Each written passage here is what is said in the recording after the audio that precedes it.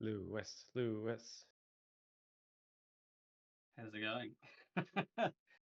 Good day, mate. G'day, mate. We did it, dude. I love your accent. It's so good. Yeah, I yeah, you're wish I welcome. could. I wish I could speak like you. Yeah, I know. I'm stuck with it. There's no going You're back. I'm stuck with it. No, I tried to change it. It's impossible. awesome. Well, here we are. I think I've been trying to do this for a while. Get you on as a guest. I think it's gonna be a very cool episode. Uh, Yeah, yeah. I'm just excited to have a chat. yeah. Can you do like a quick introduction on yourself, and then tell us what is that little statue that you have behind you? Uh, yeah, sure. Yeah. Well, I have been doing this computer graphics stuff for about 15 years now, I think. Mm, Prior to that, I was a mechanical engineer for a decade or so. But I always liked filmmaking and animation, and I kind of got sick of it doing engineering. So quit, sold all my possessions, and did a 2-year animation course, which was mm, sort of a generalist course, and then focused on character animation. So I got my start in the industry in I think 2007, and that was at a small studio in Melbourne called Allura, which mm, is pretty much the most famous studio like that we have out here. And just started as a junior, and then became a generalist in commercials, so everything. So they were pretty demanding. So it was model, rig, texture, comp, lighting, effects, everything. So I did that for a few years, and then eventually they decided to close the commercials department down, and they said, you can stay on, but you have to pick a discipline in the film department. So it was hard to pick a discipline because I mm-hmm. enjoyed them all, but I ended up sort of just picking effects because that seemed like pretty interesting. It's pretty cool, um, right? FX is the coolest one. Let's be honest. FX is pretty cool. Like I remember I started to dabble in Houdini in around 2008, and you could already see the potential there. So, Mm-hmm. yeah, once we sort of jumped into that, then it was just full steam ahead with effects, and because the effects is so closely tied to lighting, I ended up very, very intertwined with rendering and optimizing and lighting departments as well. Um, Mm-hmm. which is in itself like super interesting as well. It's almost as interesting as doing the effects work. And yeah, stayed there for 10 or 11 years, worked on a bunch of really interesting shows. The studio was kind of well known as a creature and character animation studio, and obviously did some bigger effects work like Fury Road and a few other, and John Wicks and things like that. Mm. And then eventually, yeah, I went to ILM and had a good time, really good time there, and was at DNEG, setting up a effects department at DNEG. And yeah, after 5 years of working fully remote, which I'm sure some people in the crowd can, sympathize with, I was just completely burnt out working out of my house. So I took a Mm. job at WETA here in Melbourne. So now I physically hop on a train like a normal person a couple of times a week. Mm. And yeah, so that's where I'm sort of at now. Mm. And yeah, the thing behind me is the VES award for the effects work that we did at ILM on the creator at the Mm-hmm. last year's VES. So Mm-hmm. that was pretty cool. It's probably the most chill project I've ever worked on. Gareth was very easy director to work with. Most shots only went through 3 or 4 versions before they were finalized. You got to tell them which version you preferred, so it was Mm. definitely collaborative, and it wasn't just a director or a supervisor telling you what they wanted from you. They really valued your input at ILM, and him especially. So Mm. yeah, it was a really enjoyable experience. No pixel fucking, as they would say. Interesting, because I would think there would be a lot of pixel fucking, just because he used to be a VFX artist as well, right? So he would see certain things probably that maybe some directors would actually miss. But Yeah, well, there's definitely a philosophy at ILM to not do that, to not pixel fuck, to mm. focus on the key part of the frame that your attention should be drawn to. So Mhm. you'd be surprised how often stuff gets out where maybe the matte lines, yeah, or roto shapes aren't perfect in stuff Mm. coming out of ILM, but nobody notices because so much attention has been put into the key part of the shot that nobody's worrying about these little ancillary things off in the corner. So that's Mhm. kind of like a driving philosophy at that studio, and I think maybe he was made aware of that. I think Yeah. the artwork book that I have of the creator, I got him to sign it, and he wrote, "Sorry for not pixel fucking you." Just, yeah, so I have it on record that he didn't do it, so that was pretty good. That's awesome. Yeah, I think The Creator was one of those movies where in a while it felt like a real movie. It's I don't know how it's hard to put my finger on it, but like some movies nowadays that are coming out don't feel like real movies to me. Like I don't know what it is. Maybe it's like the, maybe the maybe I'm just too old school and I like actual film, when film movies were shot on film and I miss that texture. I don't know what it is, but I feel like The Creator Mm-hmm. had it. Um, which is funny because they shot everything on freaking FX3s or whatever. Yeah, Uh, FX3s, yeah. But yeah, there's definitely a I'd say a graininess yeah, to a lot of the feel of it. Yeah, I just the agree. look. I think Yeah, yeah, yeah. it was great, and it was funny because Um, I had not really been briefed on anything, so it was just we finished Indiana Jones, and they said, "Do you want to lead the effects on a small sci-fi show?" I was like, "Yeah, okay, sure." And then like within a week, you're like, "Okay, I don't think this is like a small sci-fi show off to the side," but Yeah. yeah, it was great. It was all very experienced seniors in every department, so Hmm. everybody was just bringing their A game to Yeah. cliche. Yeah, everybody was really really enthusiastic. Everybody's really good at their job, and things just went through really well. Yeah, it's like it was just crazy. I kept thinking this isn't real because normally like where's the crunch? Where's the crunch? Where's the disagreements? Where's the whatever? Yeah. But it just didn't happen on that project at all. Everybody had a really great time on it. Yeah, I think you can feel it somehow through the movie. I It agree. feels I like it, agree. it was just like it was like it feels smooth. Maybe if you do overtime and or stress, maybe it gets like ingrained into the movie somehow, you Yeah, I know? can definitely pull up a few movies where that's the case. Yeah. Uh, there's like a lot of people probably here that are students or learning FX and not, that haven't broken into the industry. How does it what does your day look like? Can you explain when you say, "Oh, I was leading the FX team," or "I had to build a whole department"? What is that? How does that look like? Okay, well, I guess like if you take building an effects department at DNEG in a new location for an established studio, Mm, but nobody knows anybody, and pipelines are always in flux, and new tools are coming along, and then we sort of, when you're sitting down trying to construct this type of stuff, it's, there's the nuts and bolts of like what does the department need to just physically do its job? Like what mm-hmm, interactions do we need with other departments, and what sort of communication stuff do we need? That's fine, there's nothing magical about that, but when you start talking about the actual work, that's when you sit down and think, all right, like, how do we want the tool set to work? How do we want when an artist opens a scene and starts building a shot?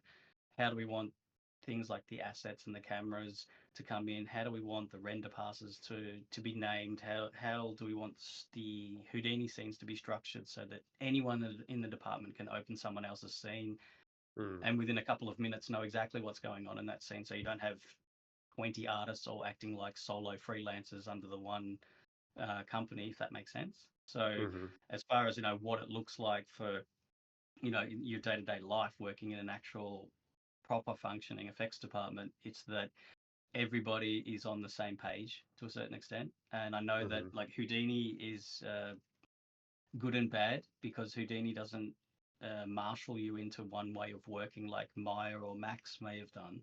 And mm, that's great, but it's also a curse at the same time. So you would find that six people would construct an effect 6 different ways, and Mm-hmm. just because there's 6 different ways to make something or construct something doesn't mean all 6 of those ways are valid. So that's the danger with Houdini. So as far as an effects department's concerned, we start to sort of think about what overall structure, without being too strict, is great for everybody. Like, this enables you to do your work, get your iterations through, not make silly mistakes because you had to worry about 10 tick boxes that you forgot to set because you're Mm. working late and you come in and all your renders are busted. All that kind of silly stuff you take care of, and you still leave enough room for people to be um, freestyling in their shots a little bit. So yeah, like I say, like working in an effects department is really about your co-workers. It's not just about Mm-hmm. you doing cool shit on your own. It's about, hey, what if someone in dailies gets told, hey, can you take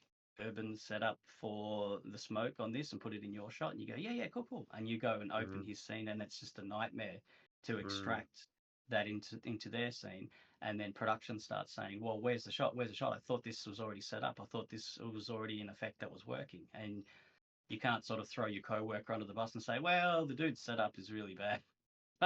So we Mm. like to avoid that stuff by teaching people, juniors, people coming into the industry, the best workflows to adopt. And they're not just the workflows that help you do cool stuff. They're the workflows that help you get along and share things with your coworkers so that you can modularize and extract bits and pieces that you like that RBD emission thing, that's really cool. Like, we should make that into a template that works at this scale for this type of thing, and we can drop it in and everybody's already on the same page, kind of thing. So Yeah.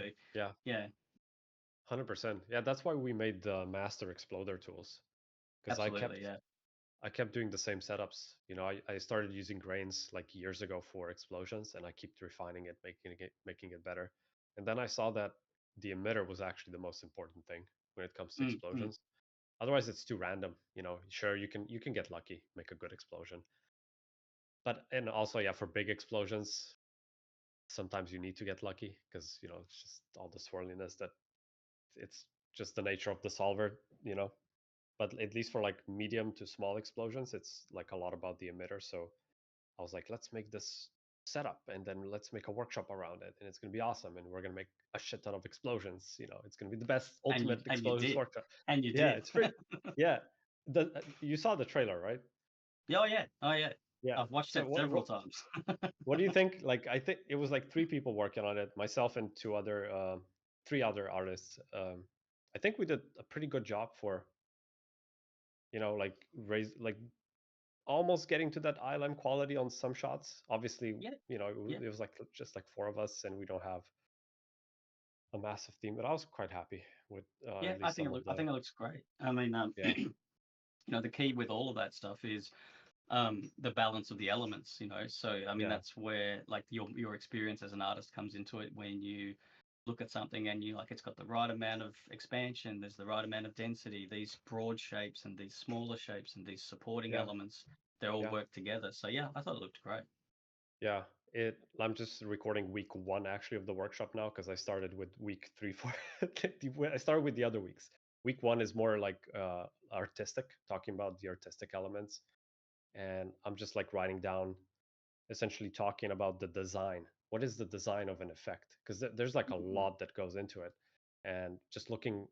I love anime, so I'm looking at anime a lot and how they design effects, and I'm actually taking a lot of that and putting it onto explosions. Because like it needs that quick kick, and then yeah, what are the secondary elements? Like how do the shape evolve, and like it's complex. It's not easy making like a good looking explosion, uh, or any effect for that matter. Like it has a lot of, you need to really be. It's kind of like what you were saying. You have like a degree in engineering, right? But also you were studying animation. I feel Mhm. like doing effects is almost like a good intersection between being technical, artistic, and Yeah, yeah, like yeah. I think it's it's like one of, definitely. yeah, it's one of the only, I think, areas in the studio, right, where you really, well, maybe some of them also have that overlap, but I feel like effects really overlaps Yeah, technical versus artistic.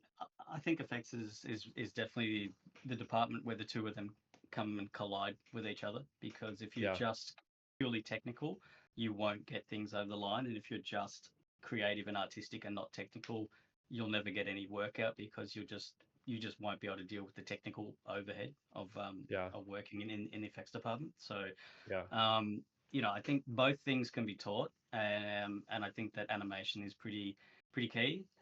Hmm. And I don't know, especially for the juniors or the people looking to get into the industry, you might be a little bit shocked to find that most companies, definitely ILM, definitely WETA, that it's a requirement that effects artists are able to hand animate to a certain degree. Hmm. Because Hmm. there will be call outs in shots in reviews where the supervisor will just say, all right, can you just key all this stuff to happen? Because they know if they say, let's do a sim, we could be waiting days and iterations on sims where in a skilled set of hands, this is, one or two versions and we're done with this element Hmm. if someone can hand key it. So I think on Furiosa, we definitely bumped into issues where effects artists were more just effectsy artists. They weren't Hmm. animators, and there was Hmm. definitely issues with hand keying things that I ended up having to take over Yeah. because that's something that I have experience in, but I like it, and I think anyone who's watching who does effects, they should do it because blowing stuff up is really cool. It's good fun. But so is hand keying things. So is learning how to actually move things over time, how to do straight Right. ahead, how to do I pose to pose. It's really 100%. enjoyable. It's super. Yeah. It's almost as enjoyable as setting up a solver and kicking something off. Dude, I was always saying that if I wasn't doing effects, I would be an animator, and if I wasn't an animator, I would probably do matte paintings because I love Yeah, yeah, photography. I love photo bashing. I love doing like I used to be a cinematographer back in the day, and then I transitioned to effects essentially. So I have that cinematography background. So I have essentially developed a feeling.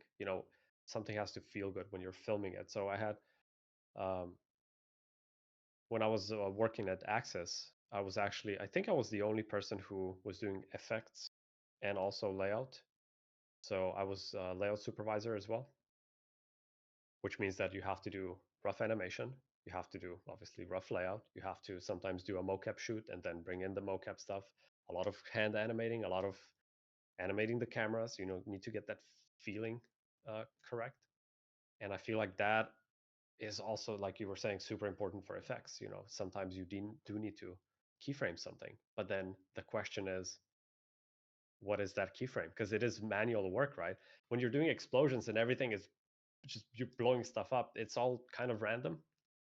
Uh, but when you have to do something manually, that's where kind of I feel like the artistry comes in. You really need to know where to put that keyframe, right? yeah, You need yeah. you I, need to I put I agree. some, yeah. So I think the best FX artists are usually animators that transitioned to doing effects.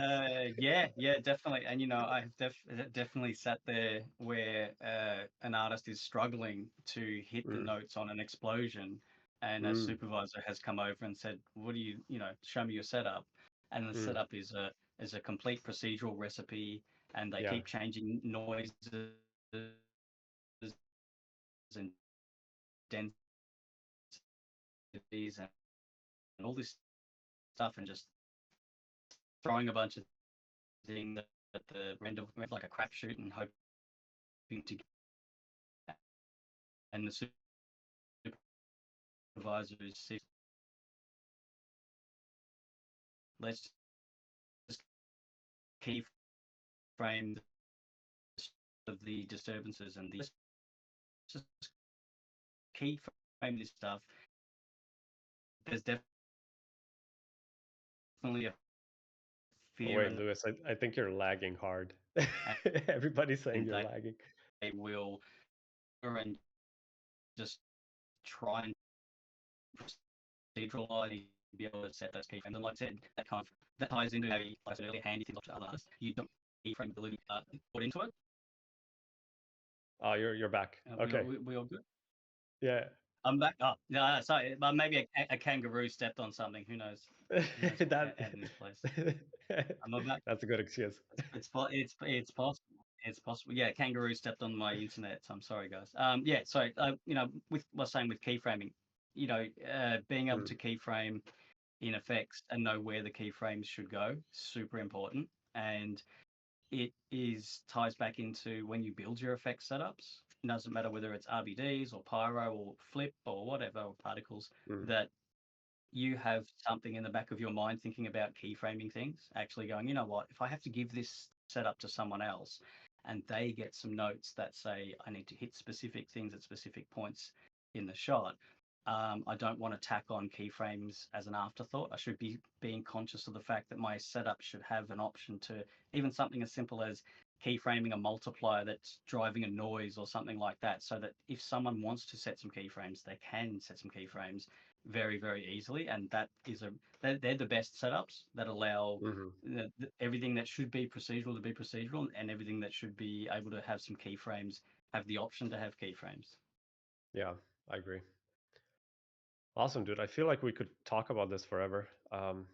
Wait, let me. Eva, did we say we're doing the discount? Are we doing that? Because I completely forgot about it. Is it 15% or 20%? 20. So Eva was telling me I forgot about it. I'm the worst salesperson. I have. I shouldn't be running this business. What are we getting? What are we getting 20% on? So we're Eva said 20% on all workshops because we are doing this winter sale, or like beginning of New Year sale for everybody to start learning. So I think 20%. Eva's gonna put a link in the thing, and this discount is exclusive to you guys who are live on this stream. Nobody else will get it because we won't announce it anywhere else. For it, it's exclusive for now. So that's it. That's my that's my sales pitch It's a for very, the day. very exclusive club. It's a very exclusive Exclusive. club. Sweet. Uh, we there are a bunch of good questions that are in the chat. I don't know, Lewis, if you have the chat open, but I think Uh, we can do the questions at the end of your because I at the end of your um, presentation. Your cool screen sharing thing. Uh, cool. but I think now, Yeah. if you're up for it, we can do.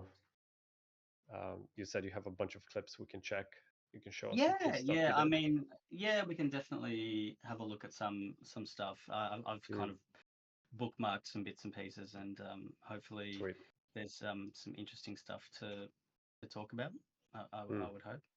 let's do it. Okay. I hope this works. Let's see Ha!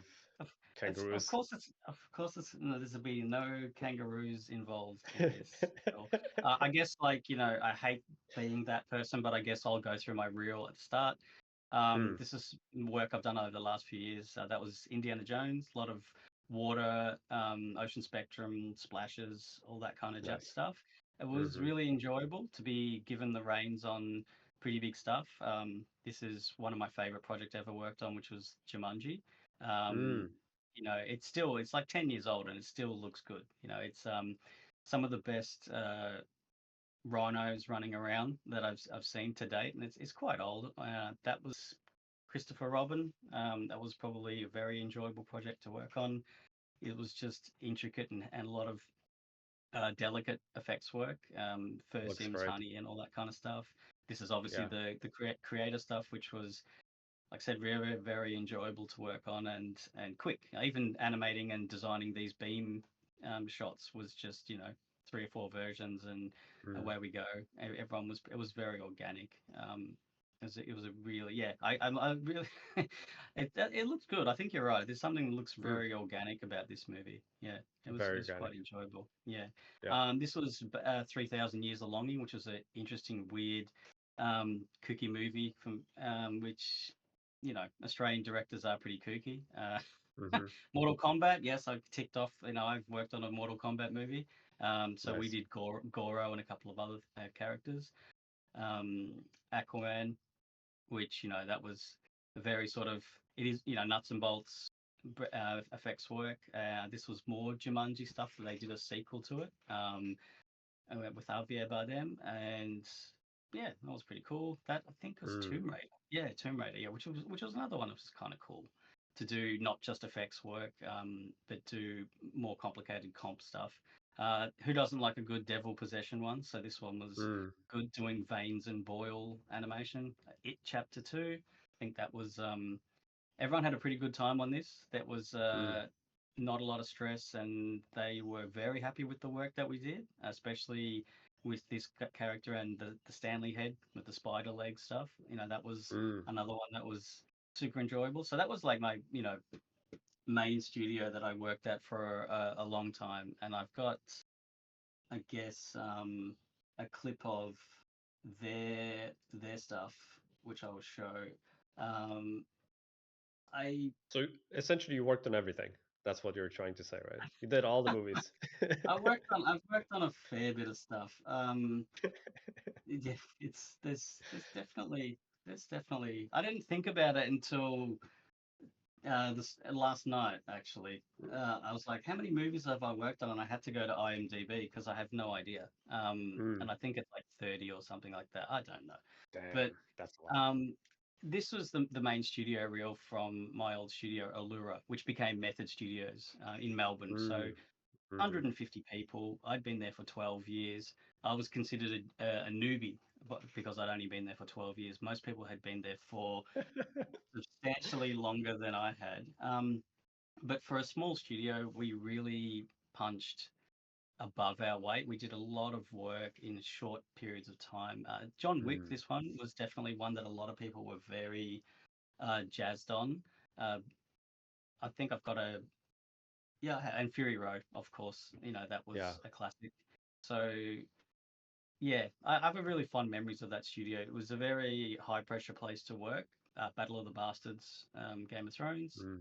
Mm. It was very intense, very unforgiving in terms of you had to always be on your A game, and if you didn't bring your A game, you were told you weren't bringing your A game. Mm, So at the time, I think for a lot of people, it felt very stressful. But mm. everyone I've spoken to who has worked there has said that it was excuse me, a very good kick up the backside as far as speeding up their career progression because Mm-hmm. there were things that were just expected and talked about there that other studios might not have had the courage to go there. And Yeah. I don't mean to frame that someone is being aggressive or too direct or anything like that, but there was definitely something about that studio where it was always about the work. It's not about you. Mm. So when we're in at Terminator Dark Fate, this was a 911 job for ILM, and I'll just go back to that actually. Um, Yeah, I we love that did, one. yeah, that was done in 5 weeks. Like we had Mm. like a month or so to do all these runway shots, and it was basically the entire effects department just all hands on deck, everybody just you know, you've got 2 weeks to smash this helicopter up. You've got a couple of weeks to do the fire and whatever else. So, that was, Yeah, that I think that fire, I think I hit you up, I don't know, like last year, and yeah, I was like, is that fire real or is it an effect? no, Because it's pretty good. But then you told me, yeah, it was like a flip sim and not this and that. And I was like, oh, it makes so much sense. Like yeah, yeah, again, yeah, yeah. like the emitter is quite important when it comes to The simulations emitter like is that. very, very, very important. Yeah. So that one, for anyone who's doing effects work and paying attention, that one was a flip emitter and I think 6 pyro substeps. Just so that you Mm, can get the rolling and the vorticity and get everything behaving and living and doing what it's meant to be doing. yeah, There's definitely, um, I would say, once you start stepping into having more sub steps involved in what you're doing with simulations, everything starts to, I guess, come up a notch and yeah, be more, not want to say realistic, but more interesting. There's yep. definitely, ooh, okay, cool. So obviously the creator is one to we can talk about, but yeah. So Mm, and moving from studio to studio, and now that I'm at WETA, WETA is all about substeps. So I've seen pyro sims with 10 and 20 substeps, and you know what? They look great. So at the end of the day, if you can afford the overhead of the substeps, then you're just letting all the forces have more time to, you know, evolve and not just make shortcuts and interpret where they might end up. So there's definitely a place for higher substep work. Okay, so creator. I mean, ILM's put out a bunch of cool breakdowns on this stuff. Yep. I think that it's pretty reasonably well covered, but I mean, obviously they shot a lot of stuff practically. So as much as they could, they were on set. You know, Gareth took about 10 cameras and just went, and they went all around the place and filmed everything. This is, you know, this I guess is like one of those shots that I had where it was essentially, uh, you know, the plate photography was this small vehicle and some dust, and obviously we're going to cover it with the ship and with our dust. So, you know, my job is pretty much just match the same motion so that when our stuff goes over the plate stuff, it doesn't look weird, and obscures it enough. But um, conveniently, the dust completely, you know, dissipates just at the right amount of time for the actors to come out and not be obscured by things. I think that that's just to park it on there is an important thing for people to be aware of, is that um, when you're junior, you might not always understand your supervisor's notes about not obscuring the talent. And it's a very real thing that, you know, they're paying these actors to be in the shots, and our effects work is only ever meant to be supporting elements, not to, unless it's a room that's on fire and the camera's going through and the effect is actually the actor in the shot. The rest of the time, the effects elements are supporting elements. So you'll quite often get notes where you'll be asked to remove those RBD pieces or let your smoke dissipate in maybe a slightly unnatural way, so that it clears by the time the actor comes into the shot. These are all things that if you start, you know, constructing your shots with this in your mind, you will end up having less iterations, because when you start presenting things, you're not presenting a wall of smoke and someone goes, "This looks great," but we need to delete 80% of it because you're blocking the actors. So that's where, you know, and this was one of those shots where, yeah, let's have some landing dust, but it needs to naturally just kind of, you know, dissipate out and not be hanging around too long. This one I really liked, this nuke one. This one I think I did 4 iterations on, and the end we ended up going with a version, like Gareth asked, which one do you prefer? And I was like, well, you know, this one looks kind of cool because by the time the crispy chicken has gotten to the size it needs to get to, Oh, it's by the way, silhouette. crispy chicken Yeah. crew. Wait, yeah. wait. I'll expect one in the mail. Look at this guy. Yeah. You can't unsee it once you see crispy chicken. You're forever looking at fried chicken going, that's a great pyro sim in there. Oh my god, that's amazing. Yeah, so you know, this was one that now I can think about chicken. That the jet is silhouetted nicely at the shot, and it's a bit of a Star Wars New Hope homage that they did anyway, with, you know, after they shoot the Death Star and it's kind of flying away. So there's little sort of Easter eggs in there for that kind of stuff. But you know, that explosion was only, I think I did maybe 4 iterations of this, and then it was final.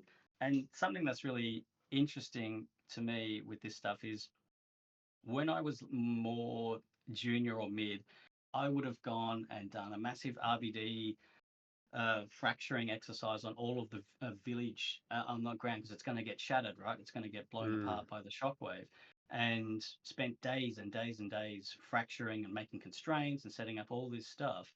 And then I would do the pyro elements maybe, and then when it's all comped together, you see that the pyro elements are completely obscuring almost all of the rigid body stuff. So thankfully, when I joined ILM, I was already thinking about things a bit differently, but an excellent supervisor there, Nico Delbach, he was a effects supervisor at ILM Singapore. He did a few masterclasses with us, and one of them was going over what is the dominant element in the shot, right? And that's where most of your energy early on should focus. So I kept that in the back of my mind, and when this shot came up, I just thought, you know what, I'm not even touching any of this stuff. Let me just do the nuke and the shockwave, and then see. So we did the nuke, we did the shockwave, and it occupied so much of the frame, and the shockwave dust going across the bottom and the defocus, you kind of go, I don't know if I even need to do anything. And then in the end, we just did a simple Voronoi fracture, no constraints, and they would just Blast keep it. active, blasted it Mm. over a couple Mm. of frames. And even then, I don't even think you see hardly any of it. Mm. So that Mm. is something to pass on to people watching, that don't go focusing on intricate, complex setups for things that might add 5% to the final frame. So concentrate on the elements that are the biggest in the frame, that are going to obscure things, and then kind of work backwards from there. Because you're going to have more time to iterate on the complex stuff, and you're not going to waste all this time, deving things that are going to get completely obscured when it's all Mm-hmm. comped together. Mm-hmm. Makes sense. Be Yeah. smart. Work smart, not hard. Yeah, well, exactly right. And then I think you can also, on top of that, you will end up being able to do better work, better iterations. Mm. But this was a really fun. I think this was probably the most fun effectsy type project that I ever worked on. But you do get to a point where I think, I won't say you get bored of doing explosions and rigid body Mm-hmm. stuff, but you definitely can get to a point where it doesn't feel as enjoyable, as it Mm-hmm. feels like there's more going on that you could maybe do. And I'll just load up another one, which is Mm. why I'm sort of talking about that, and that is that please let this be the right one. Yes, it By is. the way, is that destruction of the ship? Is that like RBD Yep. based, or is it just pure RBD and like very smart constraints and stuff like that? Yeah. RBD Yeah. and constraints, and for anyone that's doing effects in this chat, um, you know, the active attribute is super powerful for rigid body stuff. I've done a Mm-hmm. lot of destruction where things have exploded outwards and cracked and crumbled, and I've had no constraints. I've just had, in SOPs, I've been animating shapes that Mm-hmm. switch the active Yeah. value from 0 to 1, and Yep. then you have full control. Because Mm. constraints are great when things need to crumble and bend and hinge onto each other. But if you are just going to rely on impacts and forces to drive your stuff, you'll never hit the beats you need to hit. So that comes back to what we were chatting about Mm. before, Yeah, like about design and keyframes. Yeah, and about yeah, about keyframes. So yeah, you're doing the same thing. choreography. Like, yeah, yeah, exactly right. And it's just a tool. So if you get, sometimes people can get stuck in a physicality mindset. Like, I've done all the constraints. They're all doing this. This is all realistic. It's holding on to that. It's like we're in the business of lying and just doing Mm. cheats anyway. So there's nothing wrong with just going, I just switch these things on over time and let them crumble and do stuff. So having that in the back of your mind is pretty Mm. important. So I wanted to definitely present this one, Christopher Robin. We had an Oscar nomination for this, which was Mm-hmm. nice because we got sent the Oscar nomination cards and Mm. nice fancy bottle of champagne from Disney. They sent crates and crates of it to us. This was probably my most favorite project to work on, in the sense that everything was very, very slow, deliberate, Mm. and highly inspectable. Like all these leaves, they're bullet. They're rigid bodies. So one No of my way. yeah, one of my close friends set up a bullet sim, and these are just constraints, and this is just all bullet because this is pre-vellum. I did all this honey stuff, and this was really good fun doing fur interacting with Flip, and then clumping, like this shot here. Like I think that I was on that for like a few weeks, I think. But this shot was, super fun to do. We go back to it. Um, yeah, that was that was quite difficult to do, right? But Yeah. what I ended up doing with that is taking the groom and then going and grooming a clumped kind of version of it, like stuck in the honey, and then animating those clumps as if they were kind of getting stuck and moving and kind of flaring out in the honey as if they were stuck. Because obviously it's not a two-way coupling like a WETA Loki or something like that. This is Mm. just a vellum hair sim and then a flip sim. One happens first, the other one happens next. So it was just Mm. about trying to not make it look obvious what's driving what, and just trying to Mm. imagine how these things would work. And then, yeah, making VDB sphere colliders for Flip, and then just kind of mushing it all together with some custom stuff in the flip solver to get it to behave more like honey. But Mm. what was, I think everyone in the effects department really enjoyed this project because we at Allura, the effects department has to do everything. So we did all the cloth sims, all the hair sims, all the grooms, and all the honey, and all the other the leaves and stuff like that. Everyone was very hands on, and unlike most projects you work on, where the camera's whooshing by really fast, the action's really quick, this was very slow and deliberate. So it it had to be perfect. Not one hair could move. You would get notes sometimes. You go, I can see there's one hair that kind of goes and flicks, or one little bit of the cloth sim does this. So you would need to go and patch it and do things to it. And Yeah. this was just a chance for everybody to do very highly inspectable, delicate type work. A bit of a yin to the yang of like blowing shit up. Yeah.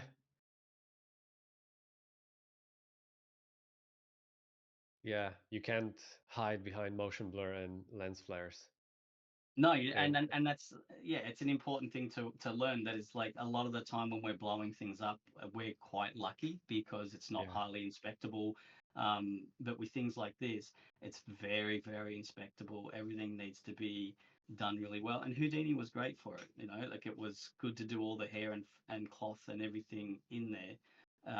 But yeah, I think it was a really enjoyable project to work on, just because it was so different in terms of what we were doing in the past, kind of thing. Yeah. I just watched it. I was traveling to Singapore actually, and I watched it on the plane. It's It's very quite nice. sweet. Yeah, it's like a really It's like such a nice movie. Yeah. yeah, it's like a simple, sweet movie. And the characters are great. Yeah, it's I really enjoyed it. It's been actually good, like going through a lot of this older stuff to come to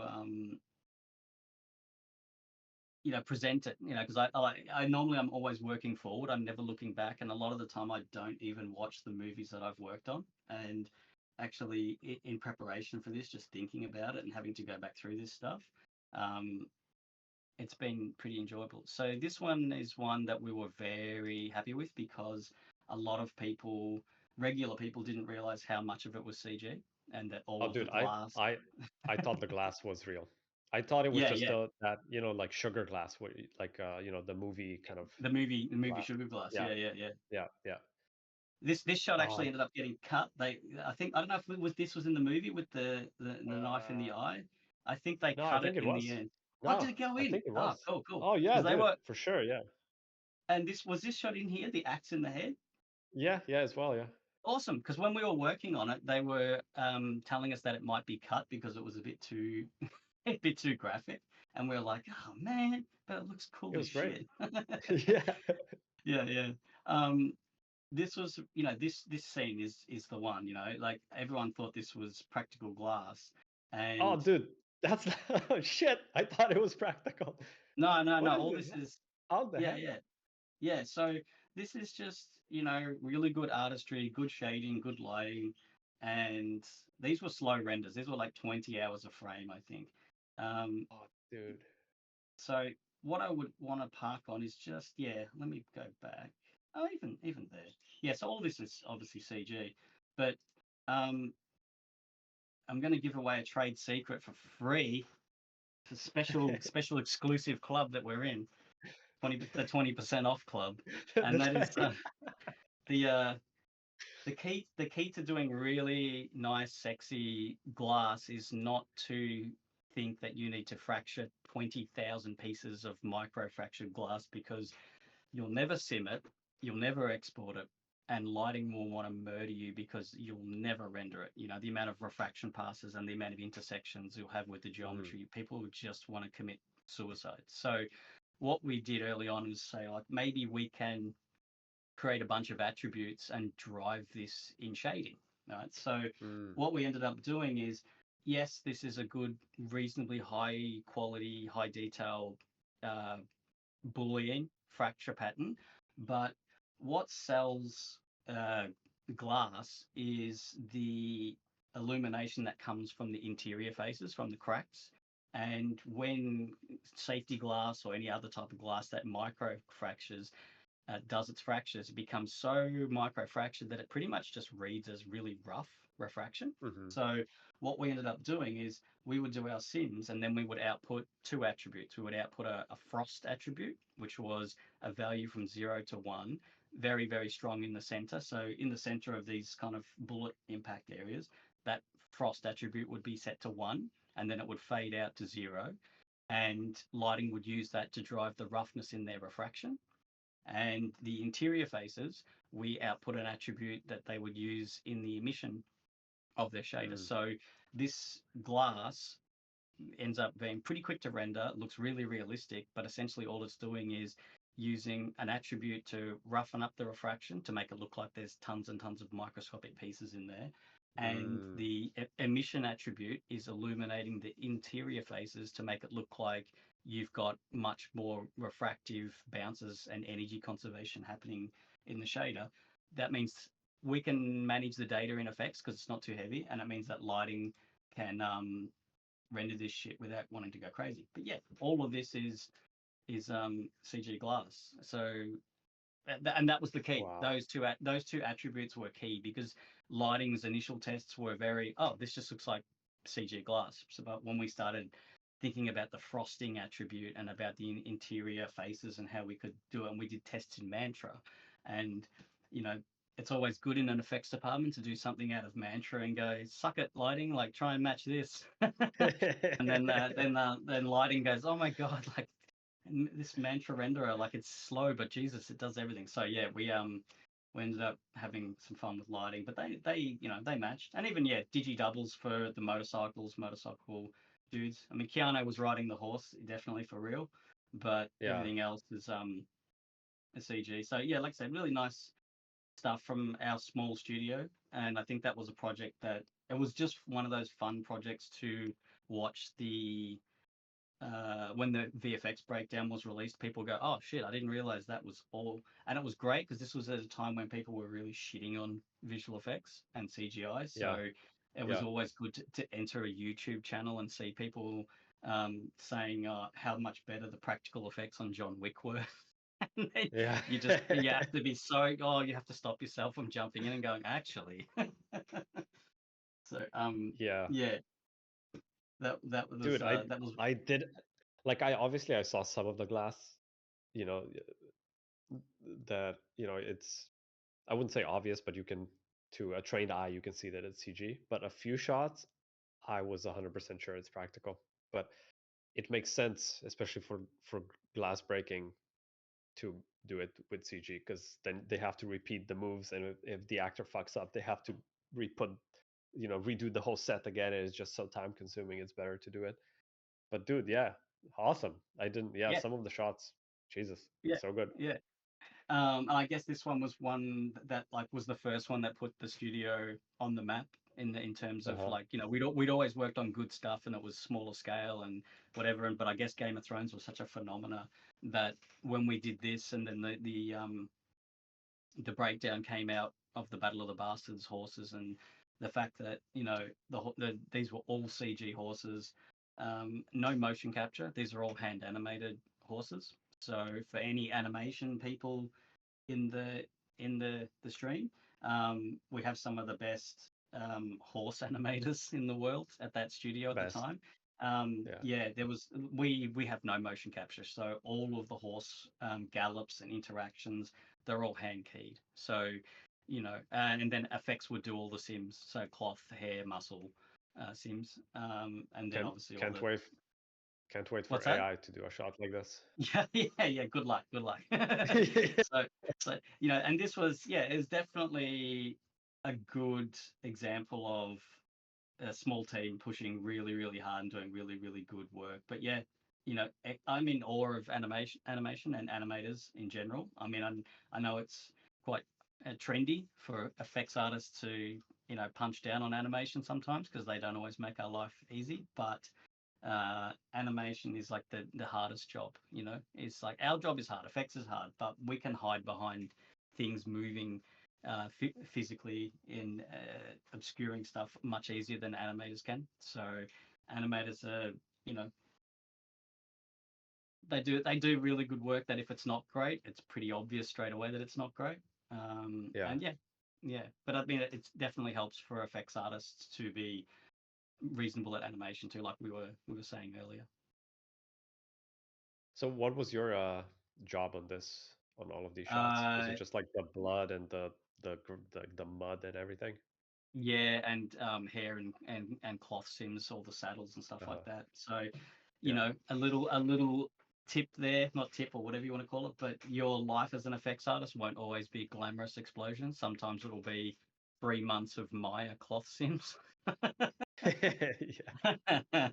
Yeah. Maybe less so now. Maybe all the cloth sims will happen in Vellum now, so it will definitely be easier and you can automate those things much better now.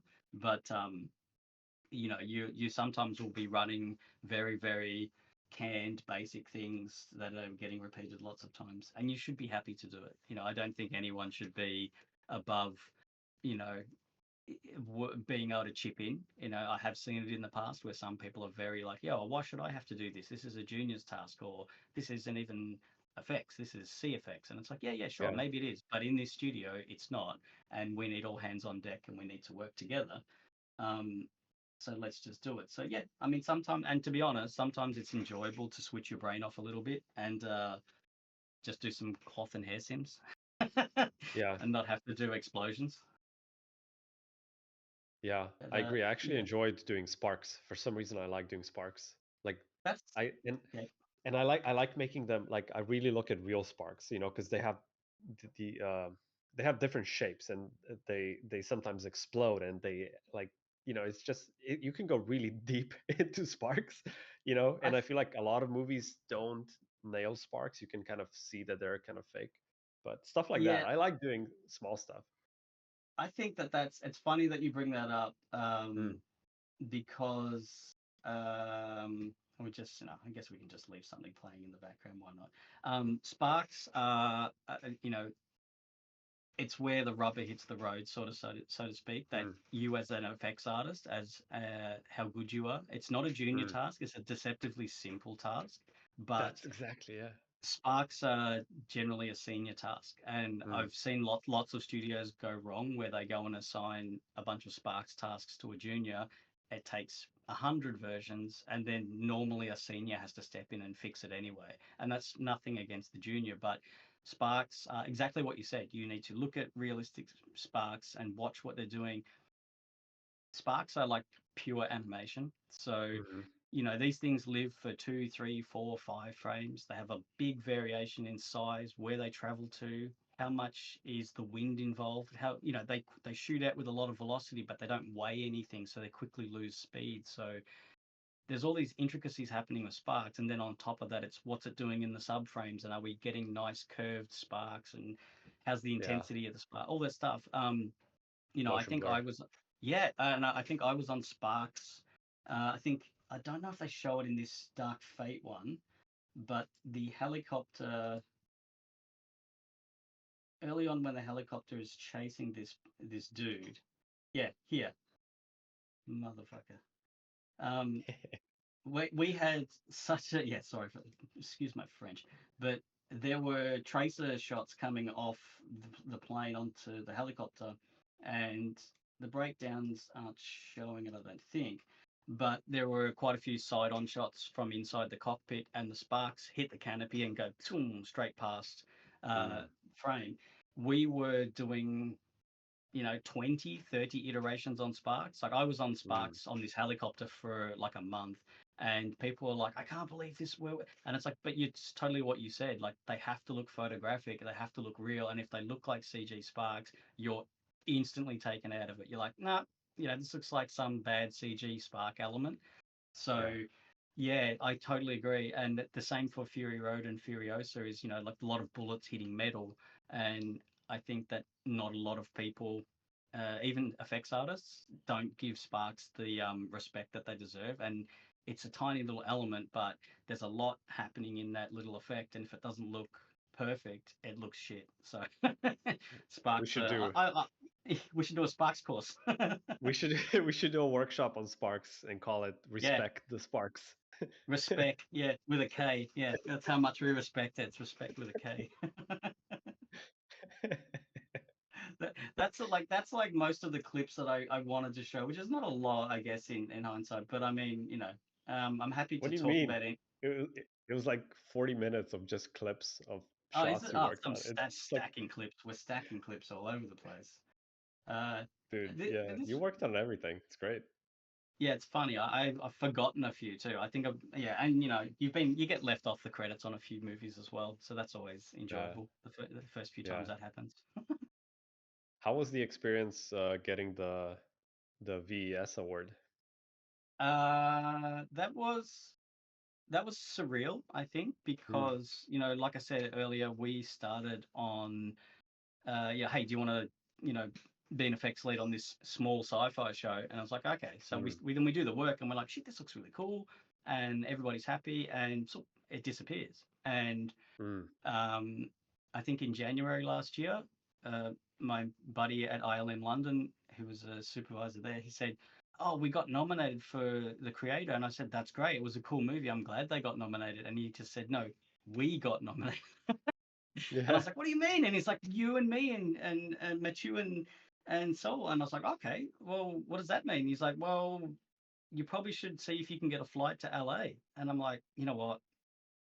Probably never get nominated again, and it would be just my luck, the way my life works out, that I would be sitting at home in Melbourne watching the stream, and we would win, and those three Yeah. guys would walk up there, and I'd be like." So I just like jumped on the airline thing and found like super cheap flights for some reason, super cheap flights to LA from Melbourne, which is still 18 hours, 19-hour flight. Um, and I just said to my wife, screw it, let's go. So we went and we stayed in Beverly Hills for a week, and it was pretty surreal. And then we went to the awards ceremonies at the Beverly Hilton. So went there, sat on the ILM table next to the CEO and everything, and I was like, "Hey, I don't work for your company anymore, but thanks for the seat, thanks for the free seat," because Yeah. those seats cost a fortune to sit on as well. So, Yeah. but they were really good. ILM was lovely. They said, "Yeah, you and your wife can come and sit on the table." So, yeah, we sat down, and when they announced the winner is, I stood up like preemptively. I didn't mean to do it like a dick move. I just stood up like out of shock. Went, and the winner is, oh Yeah. yeah, and I just stood up. And then luckily they said the creator, so I didn't have to sit back down. That would be Yeah, and awkward. then that would be a little bit, yeah. And then we walked out there, and I just kept concentrating on don't drop the statue and don't trip on the stairs, and that's it. So. It's much heavier than you think it is, but I didn't drop it and I didn't trip over the stairs. And um, yeah, it was good, and none of us had to speak. We managed to convince um, one of the team to go. You should do the speech, and he was honoured to do the speech. Whereas the other three of us were like, oh, thank Christ, we don't have to speak. So yeah, we got suckered into doing it. But yeah, it was a good experience, and I know that the VES sometimes comes up in Reddit channels with some weird. Uh, I don't know. Like, there's the Reddit VFX channels are obviously populated with some people with some pretty sort of negative points of view about a lot of things. Hmm. Yeah. And the VES is an honorary society that honors the work that we do and does certain things. It's not a union. It's not a mouthpiece for things. So Mm. I've been a member for a while, but I wasn't super super engaged. But then after having gone to the ceremony and seen how much it affects people in the room to have their peers in the room and for them to win an award voted on by their peers, there's a lot of gravity to that. And I don't Yeah. think any of us do this stuff for awards, but when you do get one, it's pretty nice recognition that this isn't some award that a bunch of randoms just tick the box on a website. It was a bunch of your industry peers literally watching the nomination clips and saying, this is the best work. This is the best work I've seen this year for these Mm. different categories. And, I really, I have it sitting behind me just because it's the only nice spot I have in my upstairs room, and it's near the window, and it's like, maybe it should be somewhere fancier. I don't know, but it shouldn't be in storage. But to me, it's like I have it somewhere that I can see, so I'm constantly reminded of like shit, that was pretty like a pretty special moment. And so now when the voting comes up, I'm always there watching, and I think that anyone who's more than 5 years or so in the industry, that's when you're eligible to join. Um, Mm. I think it's not expensive to join, and I think it's I don't know. I liked it. I liked that aspect of it, that people were getting acknowledged for their work. Yeah, I keep forgetting to sign up. Every year I'm like, this year I'm gonna sign up, get in, and then I forget. And Well, you can do it this year because the recruitment drive is in March. So I yeah, can write your I I, can I write your thing. yeah, dude, that would be lovely because I love watching all the breakdowns, which are Yeah. never online, right? They never put the breakdowns online. It's like it's behind closed doors, right? Yeah. So Yeah, you get to watch when the nominations happen. So there's usually a several minute breakdown for each nomination in each category. yeah. It's 25 categories. It's really enjoyable to watch. Oh, they're Uh, great. Yeah, yeah, they're yeah, they're really great to watch. Yeah. yeah. I'm not in, but I have friends who are, so they can sometimes show me a thing or two, which is, and then every year I'm like, oh, I need to get in so I can watch all of them.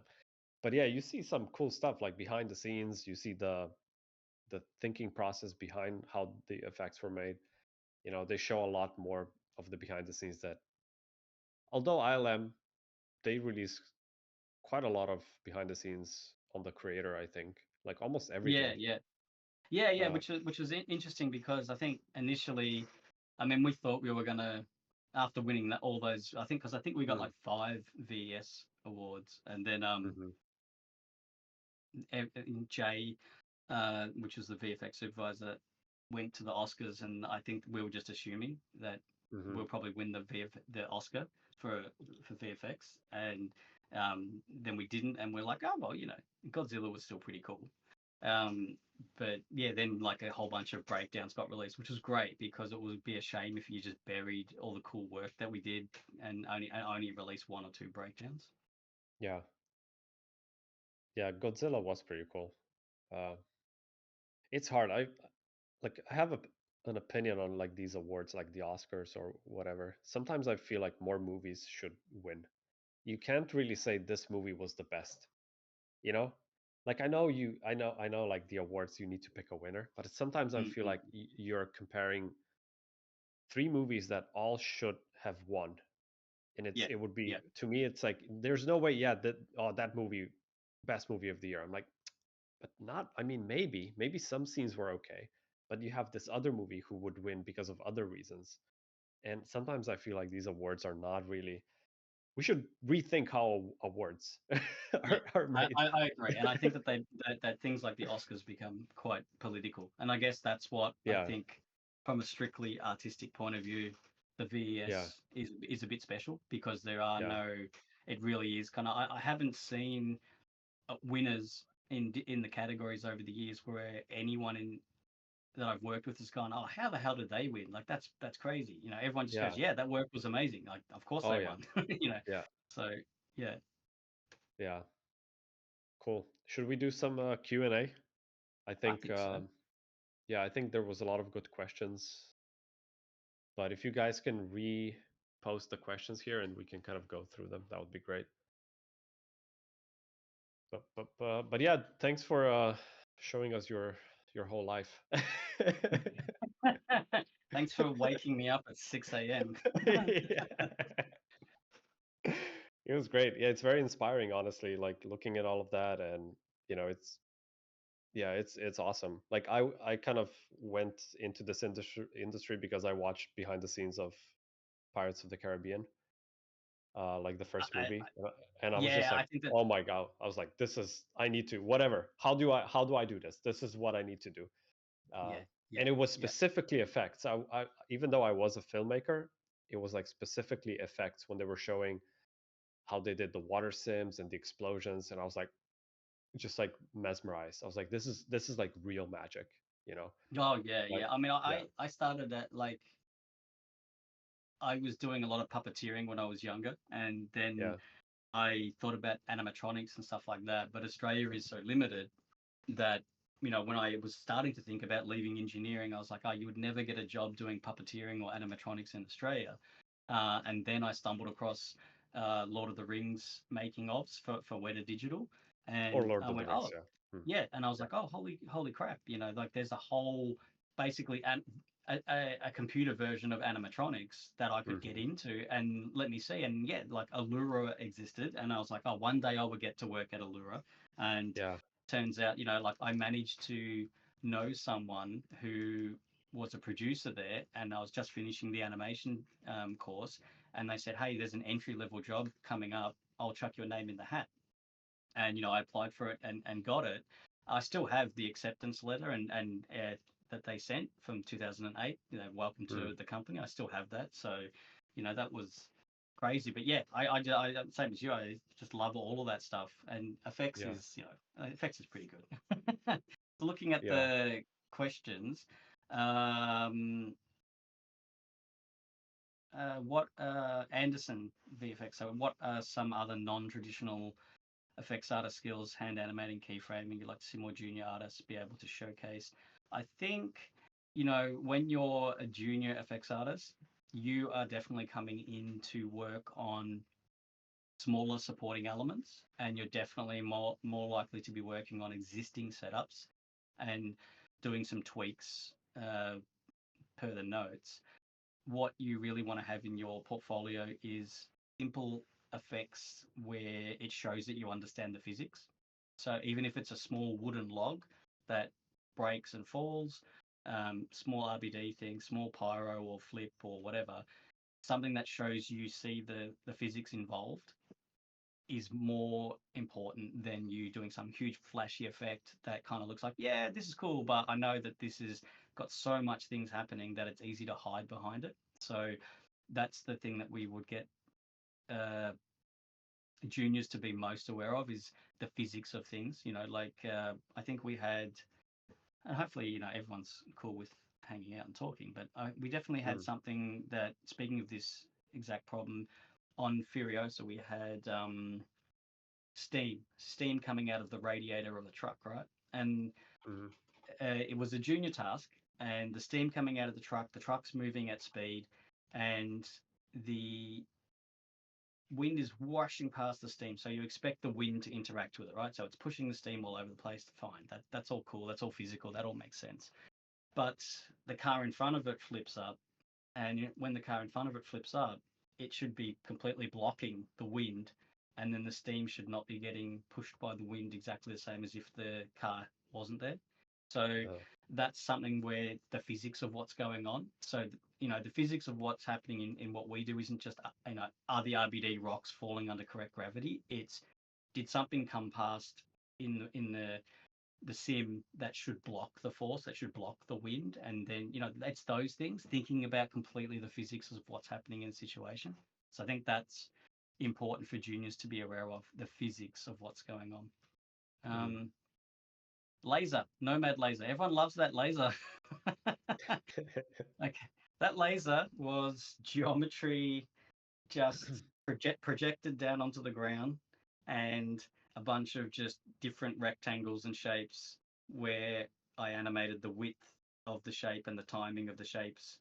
And we just went, let's just do some stuff and see what looks cool. Because, what looks cool from you looking top down doesn't necessarily look cool in the frame. So we would, on a per shot basis, change the width of the beams, how far out like the beams. If you track the beams over the course of the shot, you would maybe go, hang on, they shouldn't be able to get that wide. But it was all just what works in the frame. So the tracking laser is basically, yeah, a bunch of geometry, a bunch of points that are rasterized, and then there's different noises running through them, and there's like 20 AOVs that go to comp, and comp does all the glows and all that stuff. But yeah, essentially the laser is just a bunch of projected geometry and hand animating, hand keying shapes that are just pulsing and changing and kind of marching in front of each other, marching back, and it's all just what looks cool in the frame and what feels threatening and expanding and contracting. So the beams were very fiddly because there was nothing procedural about them. They were very much, every shot that the beams are in, they've been hand keyed, and not hand keying one or two things, hand keying every single line of all of the beams. So it's quite tedious and easy to accidentally start animating too many keys and make everything look like it's swimming or jittering or getting weird. And this is the same with character animation. When people put too many keyframes in things and things start to look wobbly and weird, you need to be very deliberate. And, you know, if we're talking about keyframe animation, you keep it simple first. You have the minimal amount of keys, and then you start offsetting some of those keys. And if that doesn't sell it, then you start adding a few more. It's the same, it's the same when you do polygon modeling. You don't go throwing a whole bunch of edge loops into something and start moving verts around. You put the minimal amount of edge loops in and you start shaping the mesh. And then if you don't get the detail you need, okay, cool. You put an edge loop or two in and you start pushing those verts more and you sculpt the detail in. And that's the same when we're doing, those lasers. It started out very minimal keyframes and offsetting and staggering and then going, okay, this feels like it's hitting boof, boof, boof, boof kind of beats, but it still looks a bit simple. Let's pepper some more keyframes over the top. And but that's what the lasers were made of, was just hand keyed geometry, which is That's pretty all you cool need. because that's all you need. Paul's asking if Solaris was used. No, Solaris was used actually. No, I lie. Solaris was used in layout on Creator a lot. So where there's that gold domed place and you've got all the environment stuff, Solaris was used for all of the layout, but then that's published out and then run through RenderMan in Katana. So ILM, when I was there, had not fully implemented Solaris. It was in progress. And I think that that's true in lots of large studios. It's very much a big in progress shifting thing. But it's definitely happening. So anyone who's kind of hesitant to learn Solaris, you need to learn it because the entire industry will move across to it. It'll be like the Photoshop of what we do, because lighting in Maya is a bit of a pain, but still pretty kind of cool. Lighting in object context in Houdini is cool, but it's limiting. And also, it's just because we've done it this way for 20 years doesn't mean we should keep doing it this way forever. Solaris is the future, but it's not that it's Solaris is the future. It's USD scene assembly is the future. Solaris just happens to be a USD scene assembly tool that also does lighting. So, people should get to grips with that. I'm not sure. Dead's question: is there any style guide for juniors working in the industry, like a README or Markdown? I guess maybe you're talking more in terms of what's like an acceptable workflow or things to do and not do in the industry potentially. I don't know. What do you think? I mean, I think every studio is different. Like I know when I started at Access, there was like an onboarding document, I guess, like how to work, what is the pipeline, stuff like that. But there isn't I think it depends per studio, but overall, just guide for juniors working in the industry. Just be a cool guy. Just be a fucking cool guy to work with. I Don't think be a that's dick. the guide. Yeah, Don't be a don't be a dick. dick. Yeah, Don't just be a be dick. Yeah. cool. Don't be just like team player. Help each Okay. other. Just very simple things. I would definitely give you some insights that, ILM is very, I loved working at that studio, and it wasn't just the type of work and the people, it was the structure of a lot of this stuff. Mm. And WETA is very similar in that there is an etiquette, an expected etiquette when you're doing this type of stuff. So, if you're in the studio, you don't just go walking up to someone's desk and say, "Hey, man, how's it going? Can you help me with this?" Because they might be right in the middle of doing something and have 50 mental balls in the air. Yeah, it's The ed- the focused. ed- the etiquette is message them, "Hey, are you free? Can I come and have a chat?" When you're in dailies, you please, since we're working in this remote hybrid reality, always have your camera on. There's no excuse for not having your camera on. And if you say, "Oh, my camera doesn't work," what you're telling me is you're incompetent and you can't get a webcam to work. So it's not a good look and it doesn't absolve you. Honestly, this is, visually when we're talking in review and we want to know that the person we're talking to understands the notes they're being given, you read that in facial expressions. And also it's a respect thing, like I've turned up to this thing, I've got my camera on, please have your camera on, I think that's super important. When you ask questions, which is getting into, I guess, the same territory as don't be a dick, be a cool guy or girl, is that if you grab someone who is experienced and say, hey, how do I do this? Pay attention to what they're showing you, because if a month later you go and ask them the same question, they'll probably tell you the answer again, but they'll be putting a little mental tick box next to your name going, cool, when this person asks me stuff, they don't even pay attention. So my time is not that valuable to them because they've literally come and asked me the same question again. So when you ask questions, and same when you ask in forums and channel discords and things like that, ask the question, research the question so that you're not asking a question that you could answer yourself in 10 seconds of Googling or reading the docs. And when you do get someone who gives you the answer, store it away. If it's you putting it in a text file or you putting it in a HIP file that's an example, and you save the name of the HIP file, Urban's cool emitter trick, whatever it takes, right? So that you don't go back to that person a month later or 6 months later and go, hey, what was that thing again? Like, it's cool. Like, it happens to all of us, but it's not something that you should just be like absent-minded about. You should be very aware of what you're doing. So yeah, be cool and pay attention. Have your camera on. Juniors, just be hungry. Be thirsty for information. Don't be jaded. Don't be antagonistic. Be aware of how lucky you are to have, out of all the hundreds and hundreds of juniors trying to get their foot in the door, when you do get in your foot in the door, be very humble about it. Understand that it's crazy, because I've definitely come across juniors who have been working at the biggest studios in the world, and they're walking around as if they're being asked to work in a warehouse, and it's like, has the gravity of the situation been lost on you? I think you should always be aware of that stuff. Yeah. Owen, when hiring a junior, besides show what kind of knowledge requirements is there anything or funny thing implemented or shot that no one knows about? Yes. Besides your show reel, I think when you are looking to apply to a studio, if you do have an interview, make sure you've researched the studio. If it's WETA, don't go to the interview and not be able to talk about Lord of the Rings or Planet of the Apes or Avatar or something, in the sense that if they say, oh, are you aware of what we do here? You don't want to just sit there and go, oh, I don't know, you guys do VFX, right? Like, I'm here to do VFX.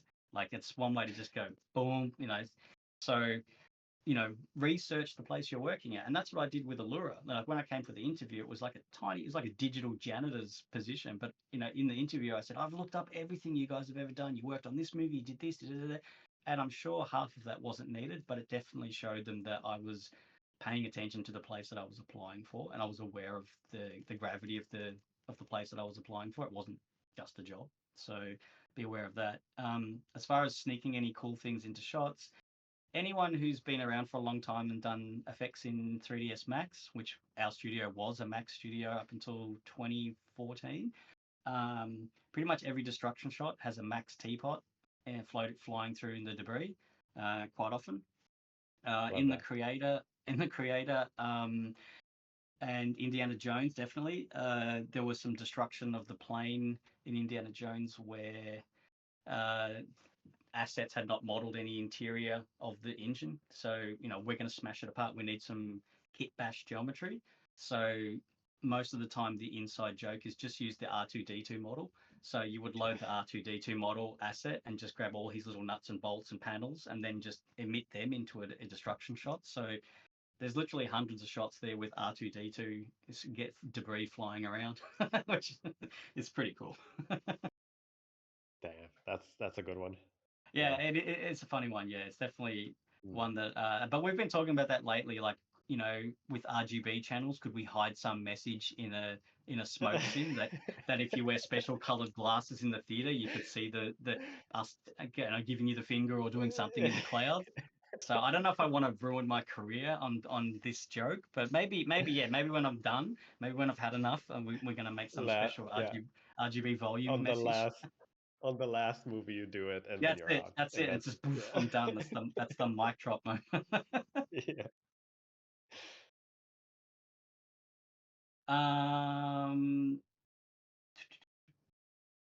Pirates. Yeah, Pirates of the Caribbean. Yeah, chill for me. Yes, Pirates of the Caribbean. The Maelstrom water and the Mm. Davy Jones stuff, that's still the best CG ever Best. done. Davy You know, Jones, best. Top. Yeah. they had six months to work on Davy Jones. They invented point cloud indirect. Um, well, actually, no, I lied. 3 to Light invented that, and then RenderMan adopted it quickly after. Mm. But you know, that was a game changer for really nice subsurface scattering, and you can fire up that Davy Jones um, clip now, and it still looks good now. It's like 17 years old. Like that's wild, you know. Yeah. I think it still looks the best. I think it's still the best CG character. Not just because, Yeah, sure, you maybe you can say, well, I guess the latest Planet of the Apes movies are pretty good. They're also the best, right?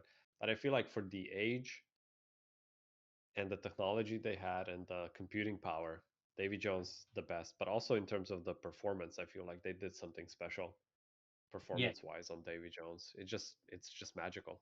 Everything yeah. worked. It looks amazing, and I know that you're always posting about it, and like Yeah. 100% agree. It looks amazing, Yeah. and I think with Yeah. the ape stuff looks, Mm. it's something that I'm getting used to working at WETA. Is Manuka is a spectral renderer, so Mm. most renderers are just RGB renderers, and the results out of the can um, with Manuka just they look amazing. And because everything is based around the fizz light stuff and what's captured on set, and that the cameras are all working in physical units, all of the Mm. pyro stuff works in kelvins. Everything is very, very physical.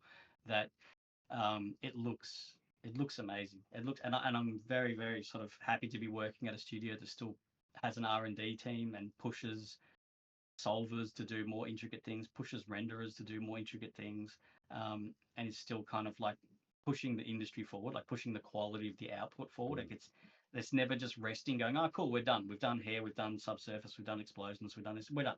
They're always pushing forward, and I think it's pretty cool to see it. Um, okay, so Anderson was just mentioning about I brought up Maya for Game of Thrones. I think almost no effects work is happening outside of Houdini anymore. I'd be very shocked even if a small place was using Bifrost or something in Maya. It's definitely, maybe one or two places. I mean, Scanline was a max place, and Thinking Particles, and even they are moving or have moved across to Houdini. So I think it's pretty much lights out for anything that's not Houdini. Mm. Having said that, big studios like ILM and WETA will have their own solvers for cloth Mm-hmm. and hair. And they don't even live inside of an application. They are their own application. Sony, I think, is similar. So it's still possible if you do see effects that it would be done in proprietary software. But you know, they don't care. They don't expect someone who walks in the door that doesn't know proprietary software to know it. So as long as you know how to do CFX in Houdini, then you will be trained and transitioned over to the other software because the principles are all the same. Yeah, I think you just need to know. I think you just need to develop good problem solving abilities. I think that's one of the key elements with VFX or just like CGI in general. If you are a professional problem solver, you'll be fine. You'll be able to Yeah, transition to I anything. agree. Yeah, I Yeah. agree. I think so. Yeah, and Mm. not be a slave to the solvers. Like we were saying earlier about Yeah. setting keyframes. Like in Yeah. CFX, the equivalent is doing a post sculpt, and Mm-hmm. sometimes grabbing those two bits of hairs or that little bit of cloth that intersects and just Yeah. doing a soft transform. Soft Mm-hmm. transform and switch node in Houdini. It's like the two best nodes to get you out of trouble. Yeah. Soft transform and switches, Yeah. and a null just like flicking between crap all the time Yeah. and Yeah. blend Yeah. shapes. Um, Mm. so Scribblesaurus Rex, tips for getting hired as a remote worker. Look, I'll be honest. I think when it was the COVID era, oversupply of projects and just physically not enough people to do the work, you could be a junior and probably get a remote job. That time is over, I think. So Mm-hmm. you really need to be a upper mid into a senior level artist to get a remote job. And even then, you probably almost need to be a principal artist, which is kind of like super senior, to be a fully remote artist at a major studio. There's Mm-hmm. definitely a shift back to in office, And for juniors, you absolutely need to live in that location. So, you know, Australia is like, we don't have many studios, but luckily the ones we did have did really good work and they're still around. But if I was living in a country that was not, didn't have a visual effects industry and this was my career, this is what I wanted to do, I would move, and plenty of people in plenty of other careers have moved in other jobs. Engineers, civil engineers have left their countries and gone to work in Europe because there's just more projects and more, potential. So I think you can't be ignorant of the reality, and say, like, why should I Yeah. have to leave my hometown? I should be able to work remote. Yeah, you probably should be once you're experienced enough to be trusted. I mean, that's I guess that's what I'm getting at, is that studios don't know you and don't know if you can be trusted to be Mm. autonomous. And super seniors are usually trusted to go off, do their work, and not go having a 3 hour lunch break, or not get stuck on something and just not tell anyone. And then production asks them a week later, "Where's the shot?" And they're like, "Oh, I haven't done it," and they crumble and everything. So there's a very real, tangible reason that studios are reluctant to let anyone but super seniors be fully remote. Yep. And honestly, it's fun. For me, like I had to move to Scotland. It's fucking awesome. Scotland is awesome, dude. So my Yeah. family comes from. Yeah. There you go. Yeah. But it wasn't just like, oh, it was great because it was Scotland. It was great because, at least for me, I was 23 years old back then when I first got my studio job. um, you learn so many things. You're essentially going outside of your comfort zone. You meet new people. You are like, oh, you have to figure shit out. It's like somebody throwing you, in the water. And this is more like when you're a junior starting at a new studio and you have to move because of the reasons that Lewis was talking about. I think it's fucking epic. Yeah, Honestly, it yeah, was the yeah. best time of my life. Yeah. And it kind of, to be honest, it kind of shocks me when Mm. I, log into to dailies or whatever team department meetings, and you have 50% of the department who is in their 20s sitting at Hmm. home in their lounge room, and it's like, your 20s and 30s, let's say definitely your 20s, Yeah. the most freest time you'll ever have in your whole life. It's when you should be socializing, trying new shit, Yeah. getting experiences, and you don't have the weight of a whole bunch of other life realities on your shoulders. And for Hmm. people to sit at home and go, yeah, yeah, but this is comfortable, it's not a great trajectory, because if you're Yeah. doing that in your 20s, by the time you're in your 40s, you're like, I don't never want to leave the house, and that's not Exactly. how humans should be, but it's also not how you learn in this industry. You learn by Mm. osmosis.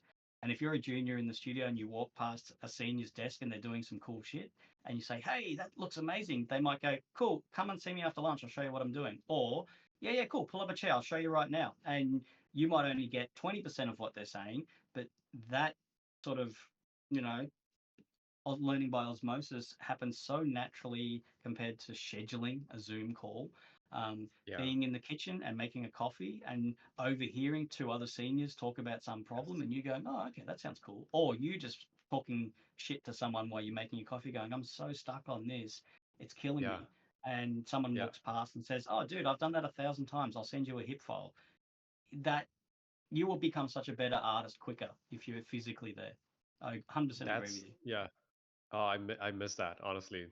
Everything you were describing now, it's exactly how it was when I was at Axis. It was so magical. You know, it was Yeah, yeah, just same. all of that. Yeah, I miss working in a studio. Honestly, Yeah, that was yeah. like, yeah, good times, man. It's the It was best time, good. and it's like I said, it's why I walked away Mm. from being a supervisor at DNEG to be an artist at WETA, was because I want to be back in the studio around people again.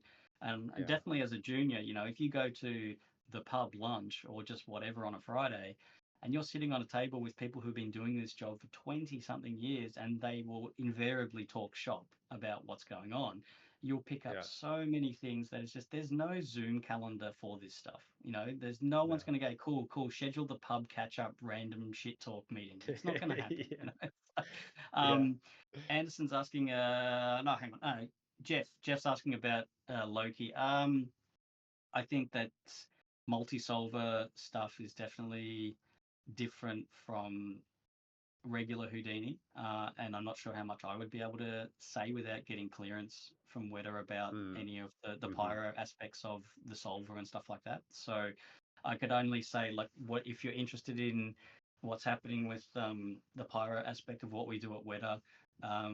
Search for anything that WETA has released online, either on through them directly or through a SIGGRAPH presentation, because I would have to definitely go Yeah. away and get NDA clearance, which I don't know if that would actually ever happen because it's pretty sort of hush hush.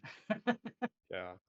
There was a great FMX presentation. I don't know if you ever went to FMX in Germany, but 2 years ago, there was like a whole VETA team there. I think like 20 people flew in, and they did a 3 hour presentation on Avatar, going into Loki, how it works, everything. And we were just like literally full room, like I don't know how many people, but it was like packed. And we were for 3 hours. They were doing this full on presentation, and I Yeah, was like, oh damn, I wish this was like recorded or online somewhere because I don't remember everything. But it was like 3 hours. It was like, it was a long presentation, but it that's a was like lot. Yeah. everything.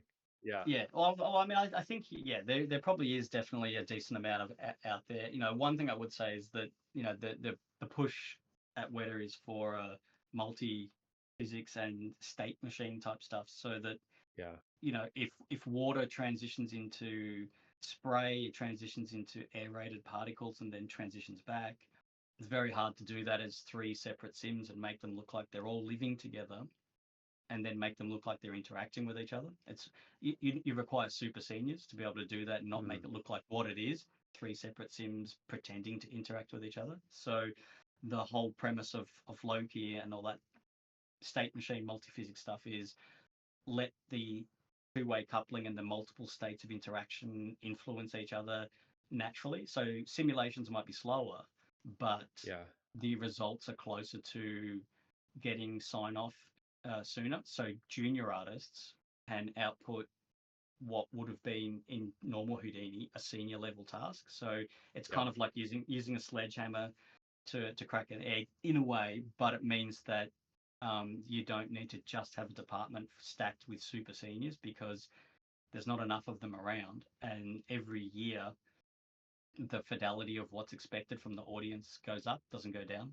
People yeah, expect, like, subconsciously physical stuff to break apart and supporting elements and other things. Like the audience might not be able to articulate, hey, this bubble thing transition doesn't look right, but they know that this looks like the previous incarnation of CG. It's not quite good enough.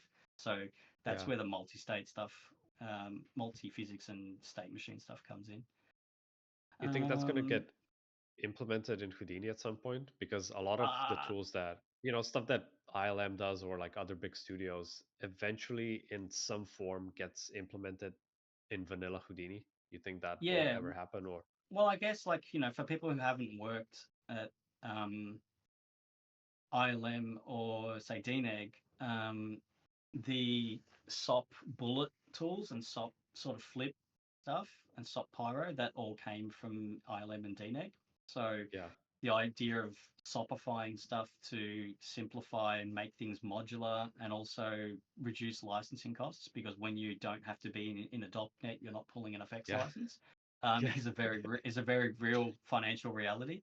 Um, but it wasn't done purely for a financial thing at those studios. It was done because modularizing and making things like that is better for everyone. So yeah, I think that it's maybe a few years ago I would have said it was niche, but I think now with computing power being what it is, that having multi-physics state machine type stuff, hey, if the sims are slower but they look freaking awesome, people will accept that rather than yeah. go, I need to wait 10 years until I'm good enough to be able to produce this result with vanilla tools. So yeah, Uh-huh. I think it's very, very likely that multi-physics state machine stuff would find its way into vanilla Houdini for sure.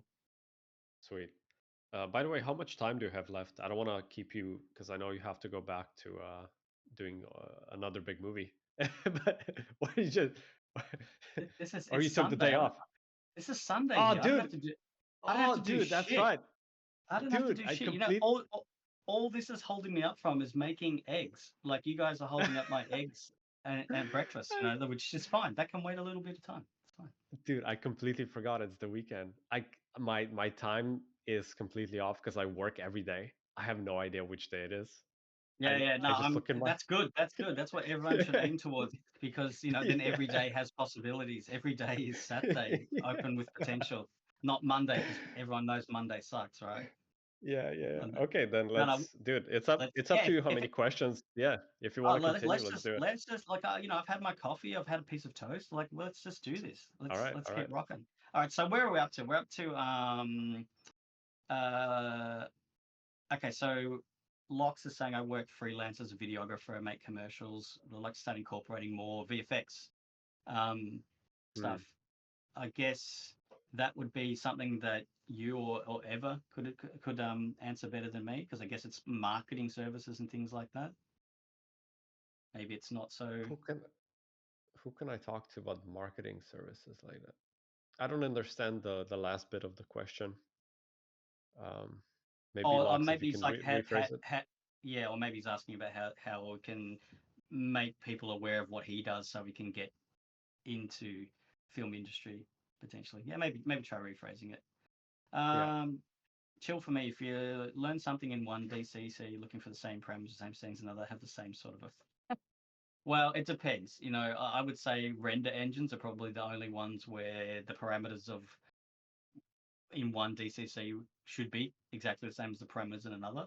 As far as effects work, if you do some sort of particles and other simulation stuff in, say, Cinema 4D, none Mm. of that is going to apply to Houdini, and vice versa. So, yeah, anything to do with the scales of noises and types of parameters is very unique to the DCC. But what isn't unique is just the concept of, I guess, simulation of, this thing happens, time advances, this thing happens based on what was happening before it.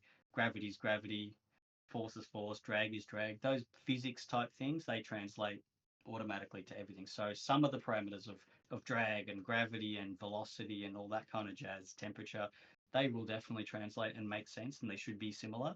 But as far as like specific parameters of scales of noises and other things, I would say they're pretty unique.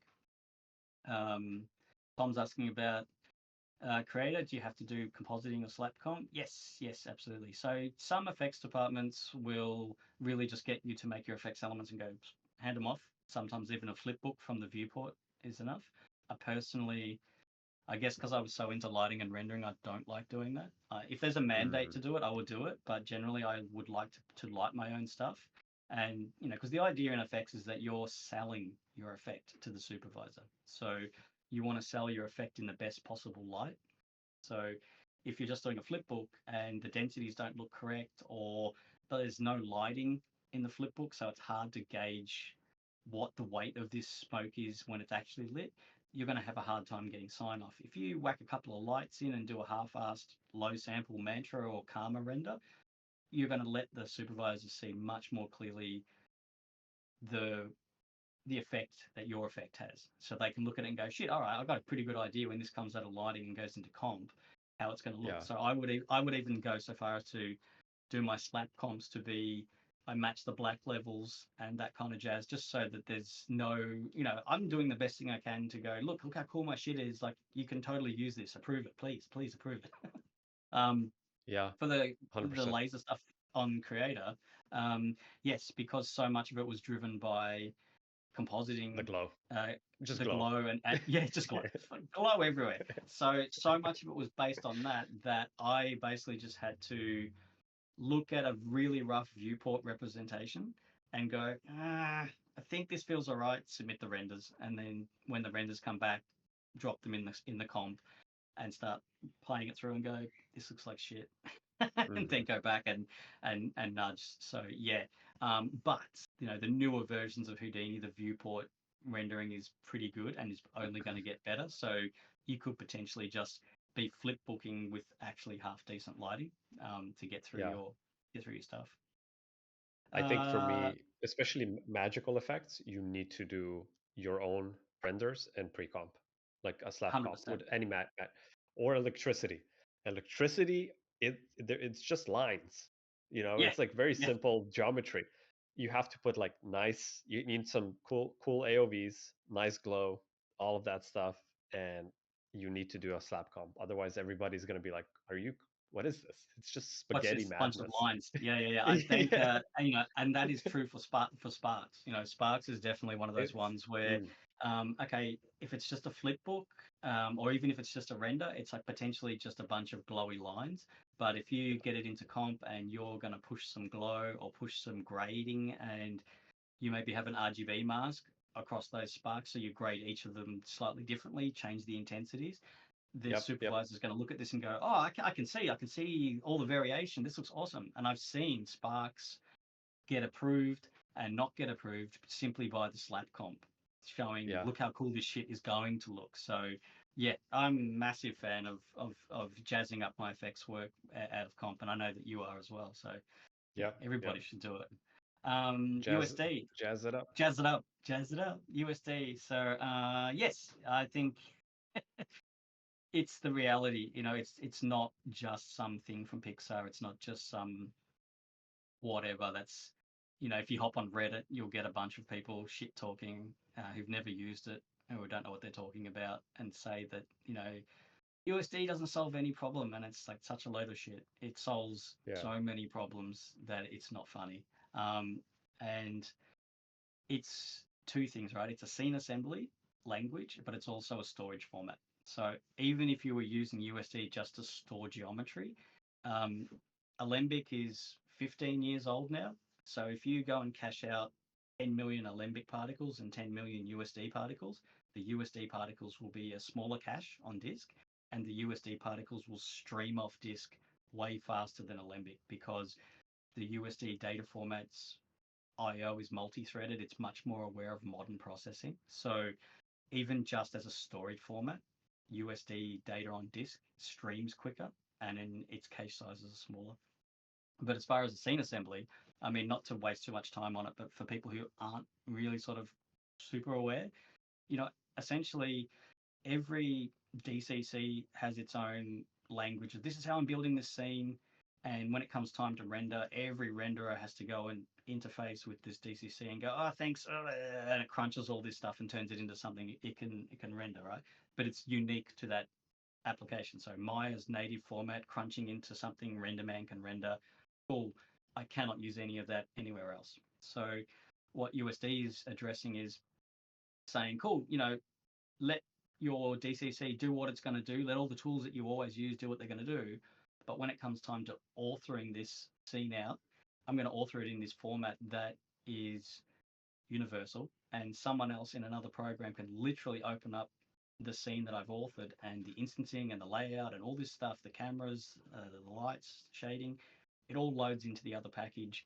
And that's fantastic, but you can author changes to that stuff. So what's a big issue in visual effects studios is updates to upstream departments and the overhead of it going through to other departments. So something like layout, which I know you're a huge fan of, if you laid out a bunch of mountains and buildings and everyone's cool, you've published it, and then someone downstream is using it, and then you get a request to shift a couple of buildings and shift some of the mountain, in USD, you are just going to put a transform on those pieces of geometry and move them where you want, and you're going to author those transforms. 2 kilobyte file, instant, happens like that. The downstream department isn't waiting hours for you to reauthor actual terabytes of geometry. They're just waiting for as long as it takes for that little 2 kilobyte file to show up on the network, and they load up your tweak, and your tweak goes, and it moves all the buildings. And that's instantaneous. So small file sizes for publishing offsets and changes, instantaneous update for the downstream department. The other benefit is USD is not destructive. You cannot actually delete anything in USD. All you can do is turn it off.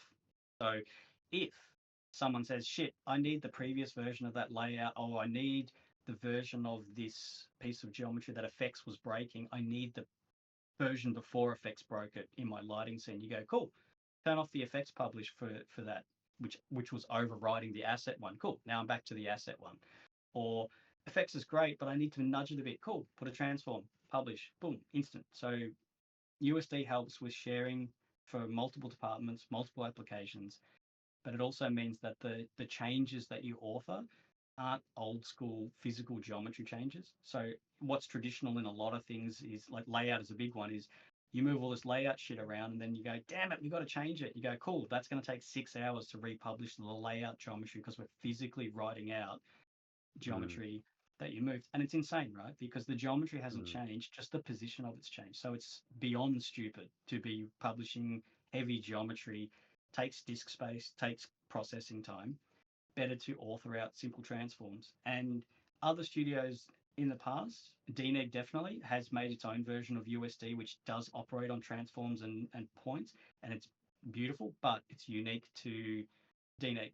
So the idea with USD is that it's not unique to anyone, and it's open source. Anyone can extend it, add schemas to it to do different things, publish it back into the repo, and other people in other studios or solo freelancers can use it. So um, it is the future. Okay, there's no if, buts, and maybes. It is the future for scene assembly. It is the future for mm, authoring, and it's the future for data storage formats for geometry and particles.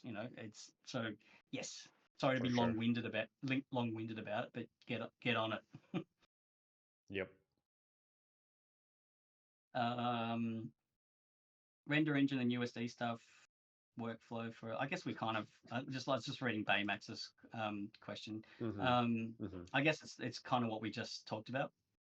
But I will just say that the idea with USD is that the the stage is just assembling the scene, the stage. But when it comes time to render it, every renderer has its own unique set of responsibilities, what it interprets, how it works, and it'd be almost impossible to get every renderer on board and say you're all going to munch data the same way, and Mm, it's bullshit. And no, why would you want to do it? Because maybe your render engine has a competitive advantage in this type of thing. You're not going to crucify and cripple yourself to be um, all on the same playing field. It's not going to happen. So what happens with USD is you have the Hydra delegate, which is what those interfaces are in Houdini. So basically, the scene assembly goes from this is just pure USD. This Hydra delegate is supplied by the renderer, and it munches, converts to something the renderer can eat, and it goes off and creates your render. So when you're doing that from a command line or on a farm, that's what the husk procedural is in Houdini. It's just a command line version of the delegate. So you have USD, you have this translator, which is Hydra, and then you have your renderer at the other end. Arnold is making a USD procedural, and I think V-Ray is too. And the idea with that is that it doesn't need the translator so much. It's able to natively eat USD geometry, just like renderers had to learn how to eat Alembic, but it's mm, also learning to be able to eat the USD. So it's like you speaking one language, me speaking another, and a translator in the middle. And it's then me going, you know what? Maybe I'm going to learn your language so I can just talk to you directly. That's what mm. those procedurals are designed to do. And that's the future. That's where we'll get to. Hopefully, we'll get away from strictly being stuck through a translator in the middle because it does slow things down. Mm. Um,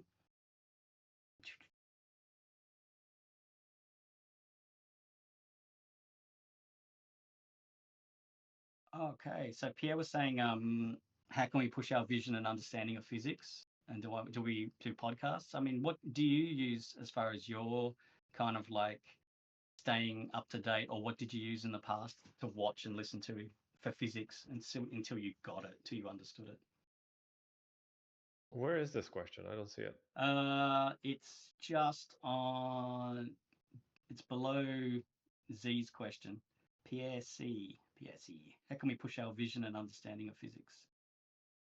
I would say, Setting of uh, Oh, okay, okay. Yeah, there's a few channels on YouTube. mm. There's like a fireman who's like just the recording a lot of Australian, the fire. Australian, the Australian fireman.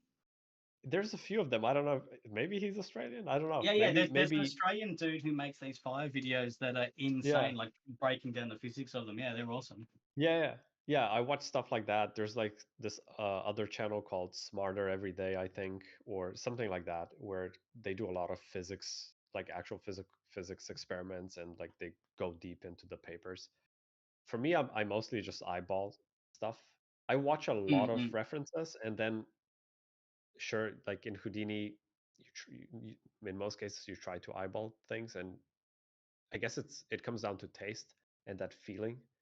You know when it feels wrong or if it feels right. At least for me, especially with explosions, I now developed a feeling. If it Mm, feels mm, good, mm. if the fire is fast enough, if we're getting enough flicks of flame or not for the scale or whatever.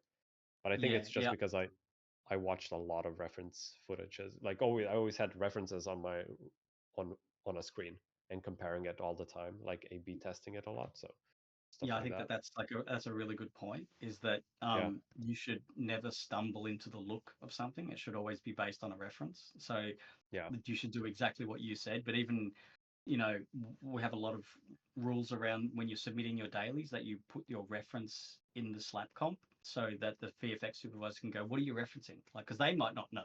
And if you sit there and go, oh, trust me, bro, this is how afterburners work. It's good to Mm, have an actual reference of a real jet doing something, and the guy goes, sick. All right, like you're matching it. Cool. mm, So yeah, I agree. But I think one trick that I definitely use, and I see a lot of people, they get scale wrong with fire a mm-hmm. lot and Yeah. water. Oh, yeah. Uh, Mm-hmm. so what I usually do when I'm looking at someone's work is I will use my thumb to block the emitter or block the geometry and just see the effect. And if the effect Yeah. looks like, hang on, this belongs on something that's burning 10 stories high, and then I pull my hand away and go, shit, it's burning a log. I go, this scale is wrong. And that's how I show people. And same with water and things like that. Like if you mentally block out the plate or the geometry or the set, the layout, whatever, and just look at it in isolation and think about, if this was me holding up, a stick or me holding up a cup and I'm looking at this, does that scale look? And I think scale is a big thing, and having little mental tricks to catch yourself and to go, hang on, Mm, yeah, the scale of this is shit. That it's moving too slow.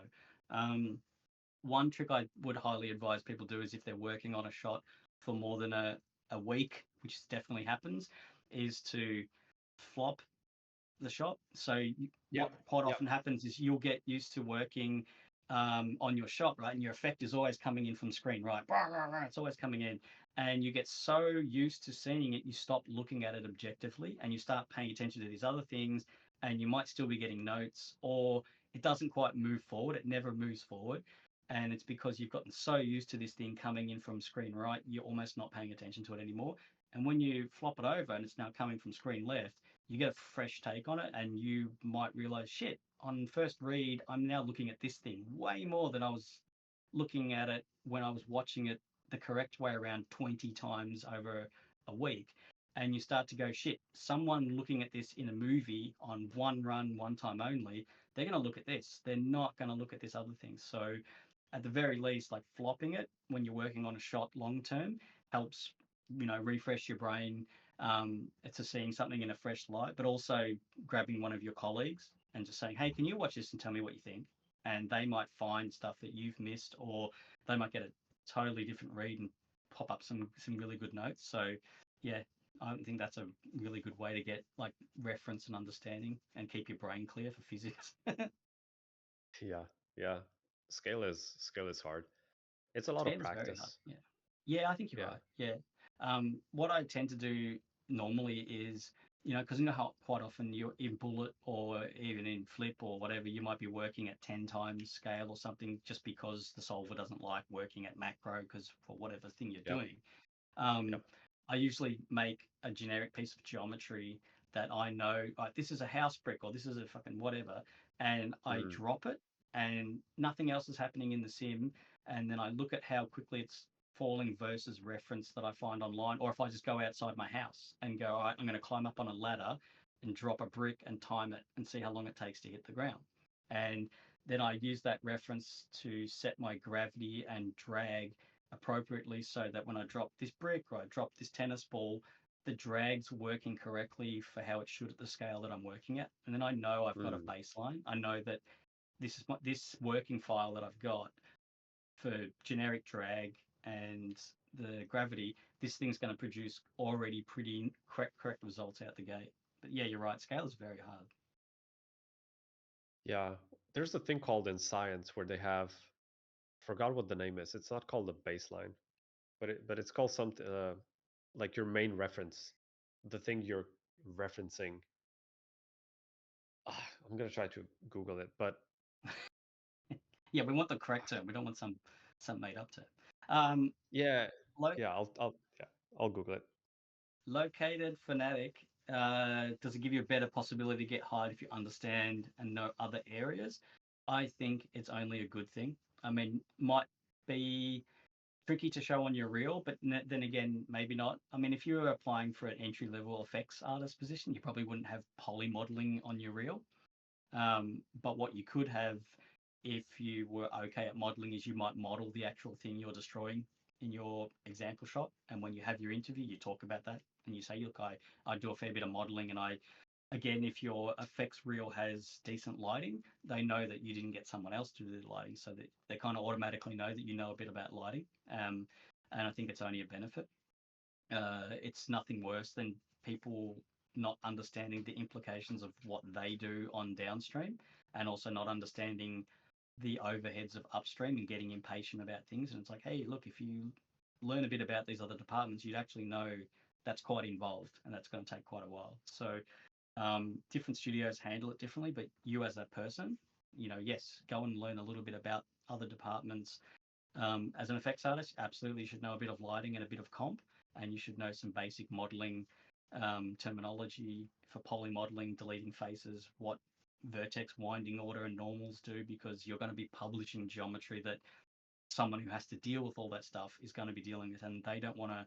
You're not going to look very clever if they say to you, "Hey, the normals are all busted," and you say, "Hey, what's a normal, man?" Like you don't want to be doing that.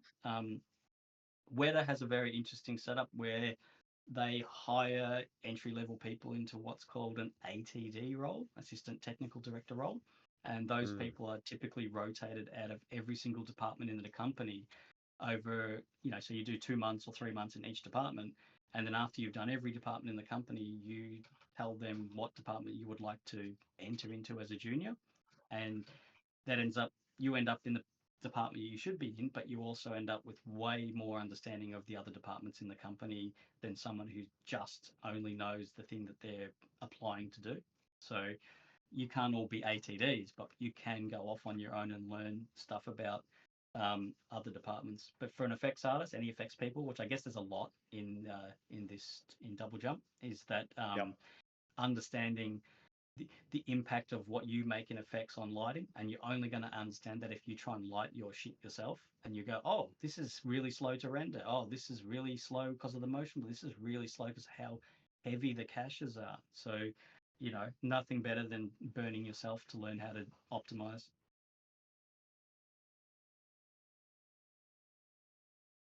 Did you By the find that way, name? yeah, Control. There you go. Oh, that's yeah, Yeah, Control. This is the Control. Yeah. yeah. Okay, so Baymax is asking just about ILM software. I mean, it's pretty sort of public knowledge. Katana is used for all rendering and RenderMan, but obviously Solaris is becoming more integrated and RenderMan inside of Solaris. They have proprietary software for simulation as well as vanilla tools as well. Mm.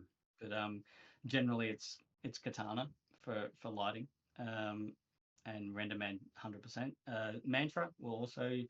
I don't know how much longer, but basically, pretty much every effects element you've seen out of ILM for the last decade has come out of Mantra, unless it Yeah. requires deep integration with hard surface stuff. It'll go out of RenderMan. But basically, all the water and white water and all that kind of stuff and fire that you've seen over the years has all come out of Mantra. So everything works in deep. So once you're working in deep, then holdouts don't matter as much. So you can use multiple render engines and just cut it out in Nuke in deep.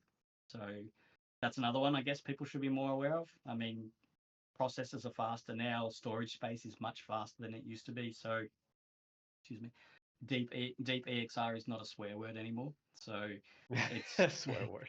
well, it's banned. It's banned in some studios, and requesting to output deep is like, whoa, what are you doing? Who asked for deep? Let me find this person. When I first started at ILM, I was outputting stuff as just RGB, and a compa said to me, dude, where the hell's the deep? And I'm like, well, aren't you supposed to ask for it? And he's like, no. deep by default. So, because it solves so many re-rendering problems. So, if It does. anyone here is not aware of deep and is not using it, just start using it, start playing with it, and see the overheads and the benefits of deep compositing. Mm.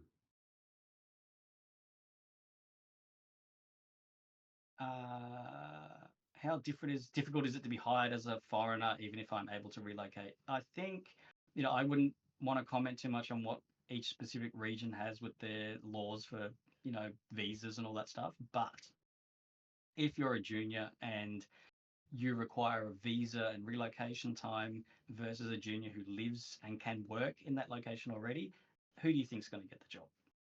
So Mm. I think, like we chatted earlier, you really need to be like, if you're living in an area where it's very tough, you need to find out how you can make the move, how you can preemptively get a working visa, do whatever you can to remove roadblocks for the company.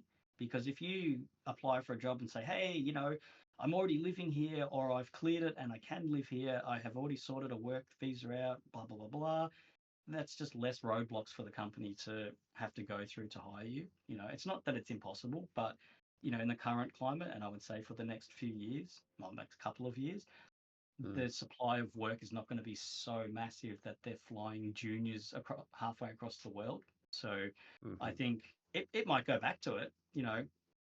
Adult animation definitely broke through during COVID, and things like Blue Eyed Samurai and all the Spider Verse Mm. stuff, and just what you're seeing on in general on Netflix.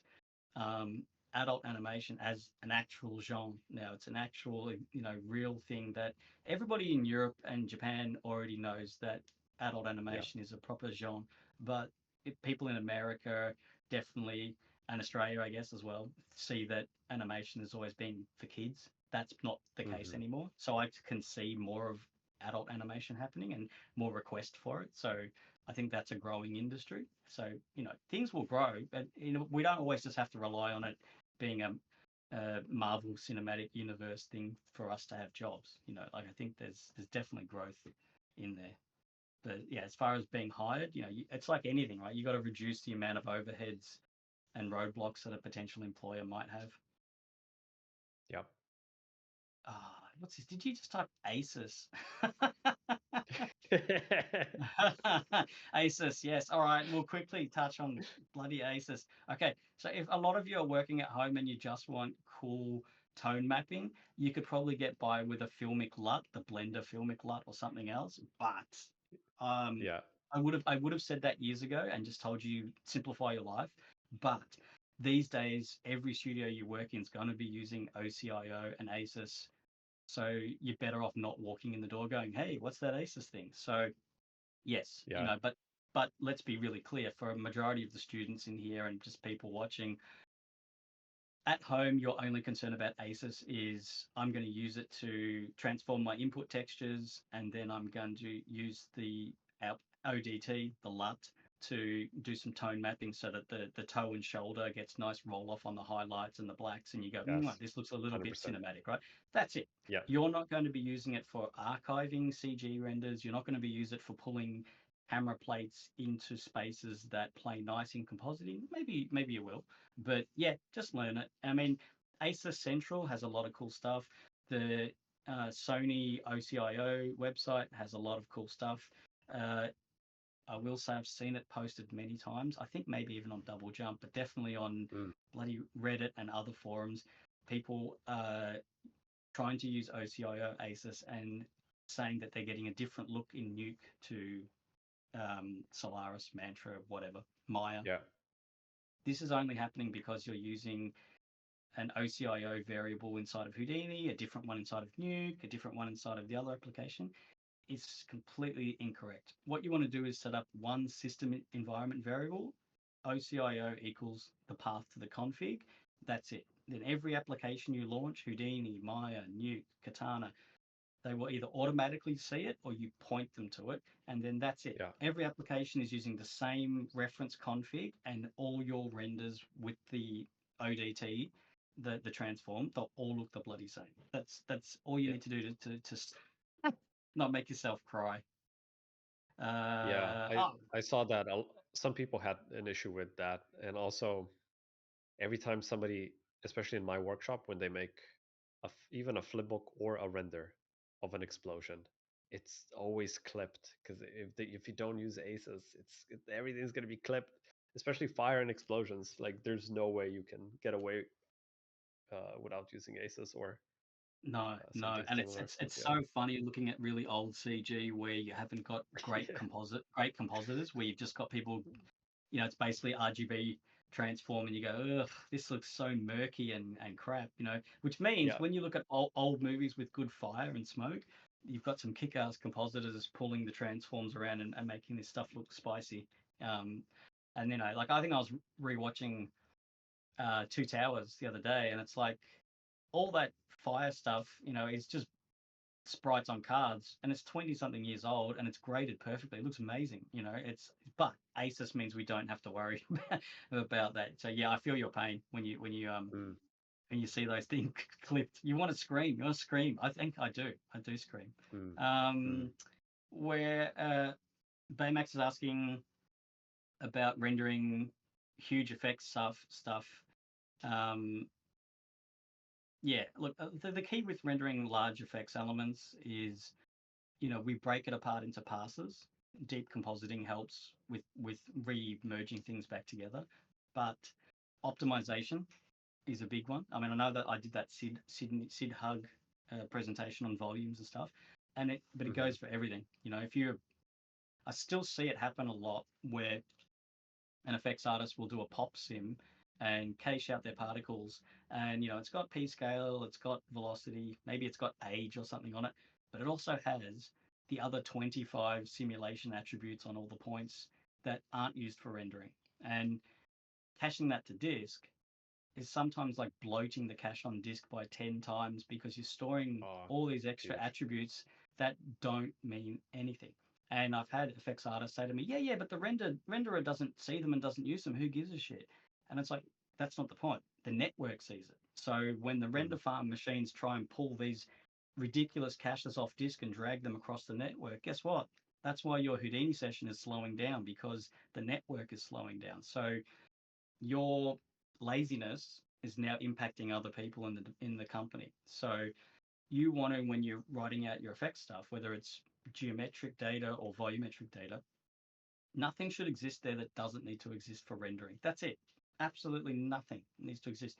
Groups, I mean, I know Urban would agree, groups on geometry and Houdini are a nightmare, because if you've got 10 million points and you have two groups and only 10 of those points are in one of the groups, every other point has to be told it's not in that group. So that group mm, string exists on all those points. And the way that strings are stored in computers is so much heavier than mm, integers and floats. So I've seen rigid body sims. If anyone ever uses the material fracture stuff and it's going extremely slow, it's usually because there's ridiculous primitive strings on the asset, and the material fracture is trying to babysit all of those primitive strings and flow them around.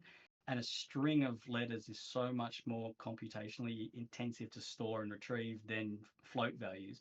Just by mm, deleting those strings or hashing them makes the rigid body fracture way better. But reading off disk, I've done plenty of tests, and deleting primitive group strings that you don't need can sometimes increase the streaming off disk speed by 20 times, because it's not just the cache on disk, it's the fact that it has to expand the strings. And people wonder why they can't scrub in Houdini. It's because you've got all these useless strings. So, not to get off the track, but that's what being able to render huge effects elements is all about. At that level, it's optimizing the crap out of what's getting published. And at the end of the day, whether we go through Mantra or RenderMan, if it's a huge amount of elements, as complex lighting, multiple bounces of whatever's happening, it's just going to be long render times. So, you know, 20 hours a frame, 50 hours a frame, even on modern computers, it's totally normal and expected. If you've got that much data, doing that many bounces, having to resolve noise, all this motion blur, everything happening,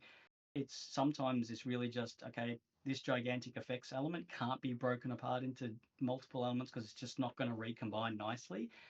we just have to put it on the high spec machines. So those renders might take 30 hours a frame, and they're on the 256 gig machines, and we just go, see ya, let the hardware deal with it, rather because there's a cutoff point when you optimize. You say, sorry, dude, come back and see me in a week. You can have these caches.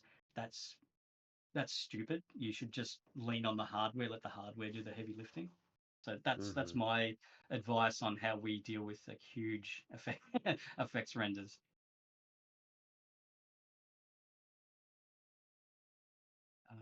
Where are we with questions? There's a bunch Oh more. yeah. So There's a bunch more. Cool. Oh yeah, cool. My mate Josh has posted the Loki paper in the chat. Known Josh for a while. He was a software developer at WETA. So it's definitely one. Yeah, check that link, the SIGGRAPH one. No, I will not work on the weekends, Dr. Cohen. Or maybe I will.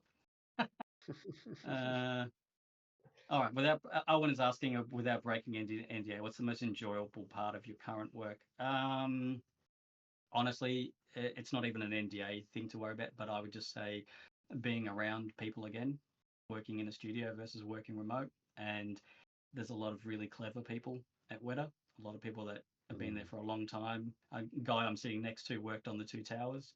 So, there's a lot of experienced people, and they just get on with the job, and they're all very mature about it. So that is super enjoyable, to just be around adults that are behaving like adults, doing adult work. I don't know if that makes sense, but there's just definitely a very much like, this is broken, cool, let's fix it. There's no weirdness about it, or this sucks. Let's just do it in comp, or let's use a comp element. There's no, the effects artist is now upset because you're not going to use their publish and you're going to use a comp element. It's like, who cares? Just, it's all about the frame. It's all about what we're doing. So I'm really enjoying being around people again, and around clever, pragmatic people, I think. And it's not to say that I wasn't around that previously, but I'm definitely really enjoying that. Which I know, you said earlier, like how much I can tell in your face when you're recounting the memories of like working in the studio around people. It's great. Like, yeah. It's the best, honestly. And now it's just me and Ava, like she sits next to me, like across the screen. And I mean, it's awesome, but I do miss just the vibes you get only in a studio, It's very cool. You Yeah. almost want to be there. You almost want to do overtime sometimes. Yeah. Sometimes it was actually fun when they were like, oh, can you guys work over the weekend because we have to deliver the cinematic or whatever. And I was like, almost like excited about it, because Yeah. it was like 10 people came to the studio. We were hanging out. Sure, we were working a bit, but it was like also hanging out. It was like being surrounded by friends and everybody's helping each other. And yeah, just it's something special.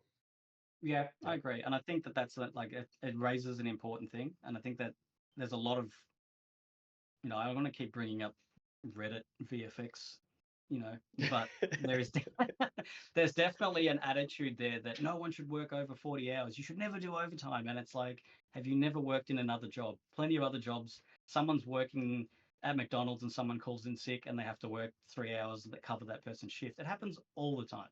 It's very normal. Yeah. It's very normal. On top of that, this is filmmaking. It's not linear process. It circles back on itself. Sometimes what everybody thought looked awesome, even in the edit, when it gets into a family and friends screener, they go, whoa, this is not reading at all. Panic stations. The producer's saying, I'm going to cut your budget if you don't fix this shit. So then they circle back to the VFX studio and say, guys, we need people to work on the weekend. And I'm aware enough of the things that are happening above me to go, yeah, cool. Like, yeah, I get it. Like, and I'm just like you. I'm jazzed to be around my colleagues working, doing something I like doing. And it's not some evil taskmaster with a whip. I'm like, I enjoy this. I get it. Why it's not linear. And hey, filmmaking and visual effects is not a 9-to-5 job. If you want a 9-to-5 job, this is not the industry for you. But it's more like what Urban said, is that it's actually enjoyable. I'm not saying that you should love doing overtime and missing out, but I've done plenty of late nighters, I'm sure you have, where you stay till 1 or 2 in the morning and you're eating takeaway food, and Yeah. you're all sitting there having a beer, going, "Oh my god, is this render going to finish? Is it going to look like shit?" And it looks good, Yeah. and you go, "All right," and everyone high fives and goes home and comes back the next day going, "Oh my god, we did it! We can't believe we solved that problem," or whatever. Yeah. It's a pretty unique experience, and you don't work with boring people. You work with quite kooky people. I mean, I'm pretty kooky, and I think Yeah. it's pretty special. Um, Yeah. Like we're not celebrating overtime or no, crunch, not at all. but No, it sometimes it is very cool. And yeah, you have to be there to experience it to be able to really know what that feels like. Yeah. yeah, and that's definitely unique to the situation. Like sometimes if it's 6 months of working 6 days a week because someone didn't plan something, that's the other side of the coin. That's this is crap. This is such a bad way to work. This is not Yeah. enjoyable. But that's obvious. We're just talking about the times when it's like this is actually pretty cool. So, Yeah. uh, I was asking, and that voxel calculation tool that I made.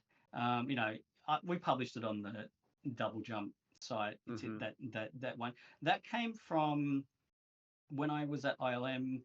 I was exposed to the Frustum rasterization stuff they did for Star Wars, and I thought that was really cool. That if something's facing camera and you don't care about what's happening in the distance, um, if you moved it from Cartesian space to Frustum space, um, you don't know when it stacks in depth. Who gives a crap? Like after like 10 or 20 voxels, you can't tell what's going on. And I started Yeah. to extrapolate that, and I had some contrails off some planes on Indiana Jones, and they're super far away from camera, and they come pretty close. And when I was rasterizing, it was all rasterizing at the same res, and it was prohibitively slow. And when you combined all the wedges, you were like 7 billion voxels for something that's like a tiny stream of smoke in the air. And I was like, I'm gonna get fired. I should fire myself. This is so bad. Yeah. So that's when I started to think about, could I make a tool? I remember making a tool to calculate, and people who have been doing it for a while would be used to, making pixels render in raster space and saying, Mm. it's always this size. And that's just a simple bit of math. So I started deving it, and then when I worked out I could easily get the voxel res, and then I could just use that to control the rasterizing size of all the little wedges that I was doing. It reduced the rasterizing time from hours to minutes.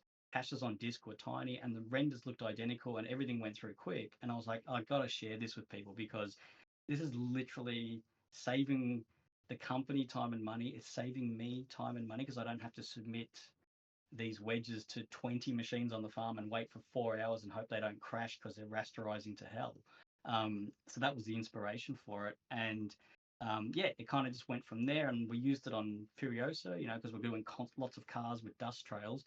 And some of them are far off in the distance, some of them are close to camera. And this was a way to grab 20 vehicles, submit automatically, finds out where it is, and sets the voxel res for the sim. And you end up with something that visually on the screen looks identical than if you simmed it all at the same res, but you're using like a 80% less space on disk and resources, and we punch through 50 or 100 shots in a day, one person, with a limited farm. So that was the inspiration for. And look, to be honest, like I don't know. I think there's definitely a tendency with computers are fast, storage is cheap, and just being lazy. And that's not really true. Computers are fast, Mm. they're not that cheap. Storage, enterprise storage in studios is very expensive. And it comes back to what we were saying before about slow things getting dragged across the network. Your slow caches are slowing down the network. You're slowing down someone Mhm. else's job. Your slow caches being rendered, slowing down the network, slowing down someone else's job. So you're kind of not respecting people's time on this planet, and time's the most precious Mm. resource that we have. So if Mm. I can do my job and put an extra 2% of effort in to optimize things, and that translates to big savings, I don't care if no one pats you on the back. That's not why you do it. You do it because it works better for you and it works better for your co-workers. You're respecting people's time more. So Mm. that was the impetus for making that tool. Yeah, I like that. That's a good way to that's a good reason to make a tool. Yeah, yeah. I want to want to be more respectful of someone's time. Um, Yeah. Matthias is asking about like how do you think the industry is going to be this year? I don't know. What do you think? As far like I feel like it's getting back up. I have friends like you probably have a lot of friends that work in other studios. Jobs are coming in. It's still not, what normal really is. It's hard to. It's never going to be Mm-mm. like it was at COVID or like just before COVID, when everything was spiking up like crazy. It's definitely normalizing. I think all the AI stuff is kind of proving to be kind of useless. Even if they make it better or even if they polish it up, it still looks useless, or it's not. At least as far as I can see, it's not going to be used for any real movies or like anything serious.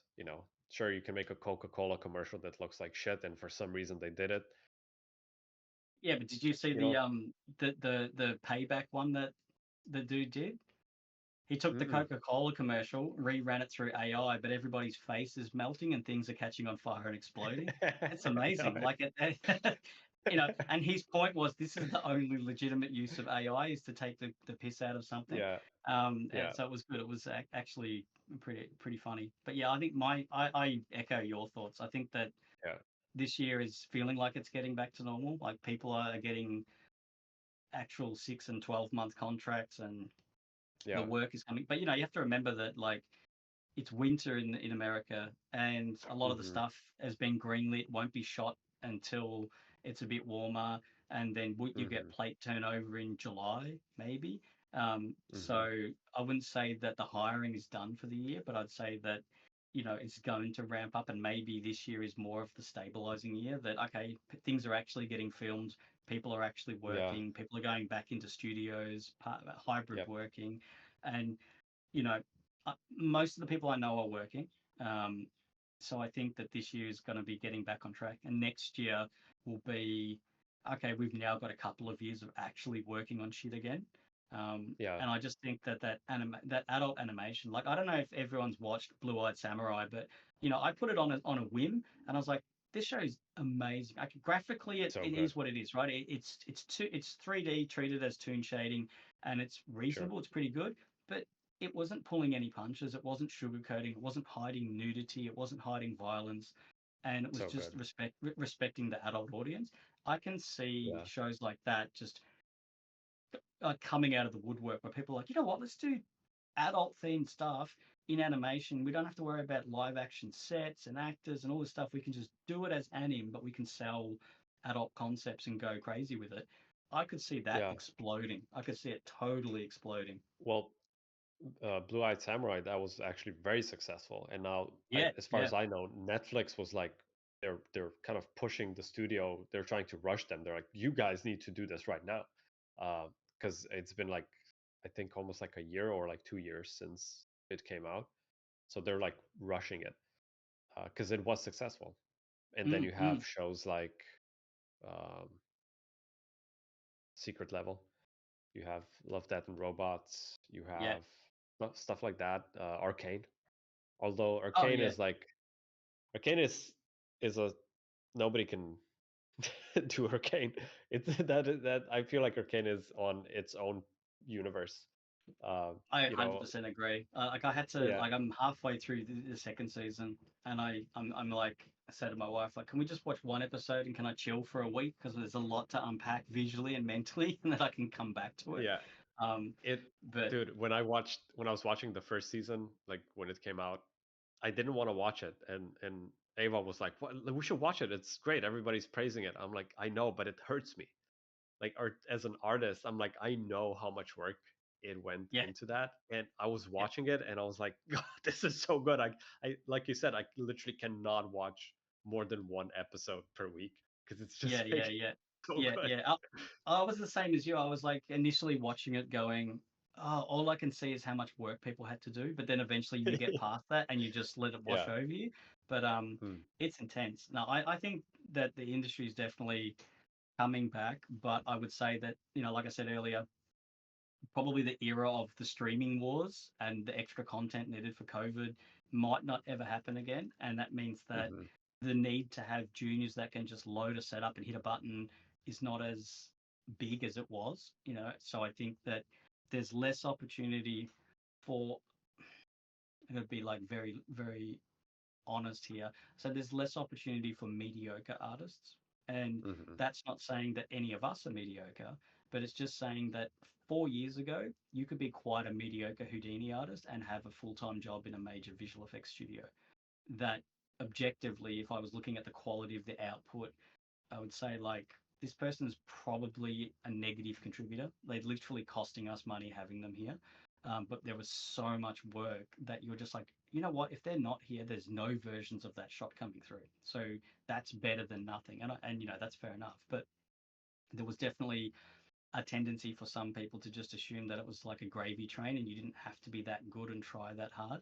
Um, and I think that's the great reckoning that's happening and has happened, is that Yeah. um, you know, and just look, and completely very skilled senior artists are out of work as well now, and it doesn't just Mm. mean mediocre artists, but I think going forward, you need to be the best artist you can be. So um, I'm generally always researching, learning, checking, updating. I'm never comfortable with where I'm at. You know, I kind of get up in the morning and I watch um, the world news, and I'm flicking through the side effects change log at the same time as I'm having my coffee. I don't need to retain it, but it's cool to just flick through and see, oh shit, they added this. What does that do? All right, bookmark that. I can check that later.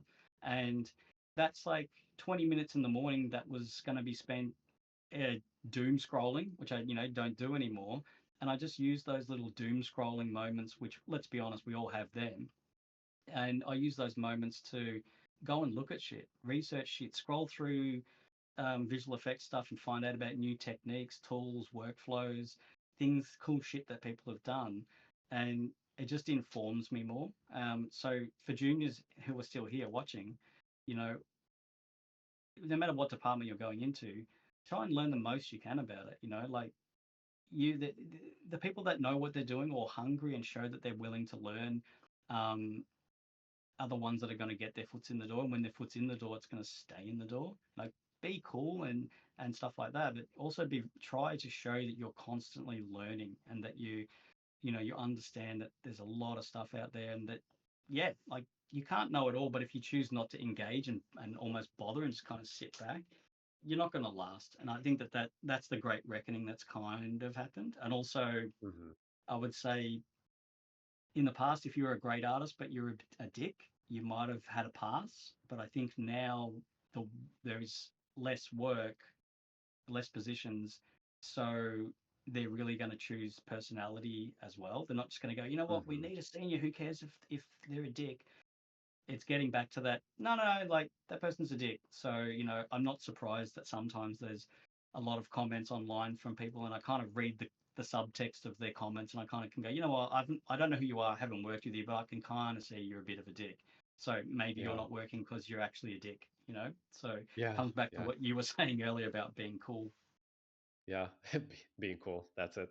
Just be cool. Just be cool. Yeah. Yeah. I think we're almost getting to the end of all of our questions, I think, unless anyone's got some last minute follow up or just new questions out here. Um, oh, let's see, Omar typing. What's this? What's this guy asking for?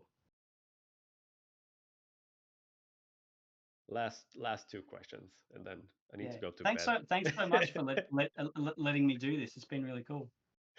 Yeah, I feel like you're enjoying this. Yeah, I I'm am. like This was putting this all of everything in your brain. You're like just need to get it out into the world. yeah. Australian studio is going to start increasing the amount of juniors they're hiring. I'm a junior. Oh, okay. Yeah. Yes. I mean, Australia is definitely I wouldn't say a hot spot because it's been Mm, busy for a decade. I mean, again, people online think Australia is like the new tax incentive haven, but we've all been busy working for like a decade. It's like mm, working on so many shows. Um, but the Australian dollar is not worth much against the US dollar these days. And there are reasonable tax incentives, so it makes sense that studios are getting busier here.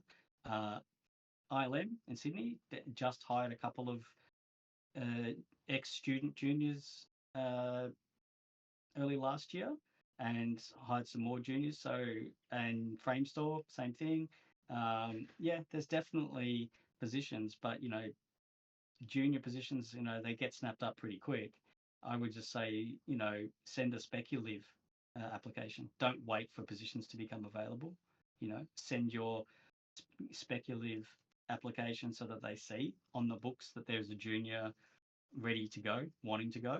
So don't just wait until the positions are advertised. But it's definitely, you know, between ILM, DNEG, Framestore, WETA here in Australia, Animal Logic, there's definitely juniors getting. I know juniors are getting hired straight out of university. So it absolutely is happening. So juniors are still getting hired. Like, it's competitive, sure, but you know, juniors are absolutely still getting hired. I'm surprised. I thought they would have doubled down and just gone, nah, let's just stack the decks with mids and seniors and batten down the hatches. But Yeah. WETA has lots of juniors going through the ATD cycle. ILM has a lot of juniors. Animal Logic and DNEG maybe, but it's yeah. I don't be dismayed being a junior. I mean, you have to start somewhere, and it's a pretty cool job. Like, I'm not gonna lie, like, and yourself, Yeah. it's cool as shit. Like, it's difficult and it's stressful, it's time consuming, but it pays pretty good, and you get to Yeah. work with super interesting people that don't generally have boring hobbies and interests and aren't sort of stiff and reserved. It's definitely, you've had some wild late nights in studios, eating and drinking and playing pool and chasing each other around with Nerf guns and talking shit. And I was like, this would never happen anywhere else. Yeah, yeah, we had Nerf guns, but they got banned because I think the CEO was like in a very important meeting and people just started, it was like a Nerf gun war. Like the whole What studio studio started was shooting that? at Access. Uh, well, But then where, sorry, go ahead. yeah. No, yeah, later I think they banned it because of that because somehow I think the CEO got shot, but he was like in a very important meeting and they didn't know like it, and then I think yeah, it got banned. But yeah. I can understand that. I mean, Yeah. Weta has every second desk I walk past has a massive Nerf gun sitting on it, Yeah, so yeah. it's pretty funny. And Well, when yeah, sorry, go ahead. yeah, no, everybody at Access also had one, and I was like, "Why is nobody using it?" And they're like, "No, we're not allowed to use it anymore." But everybody had a Nerf gun like under the table because you never knew, you never know when somebody would attack you. But yeah, too bad.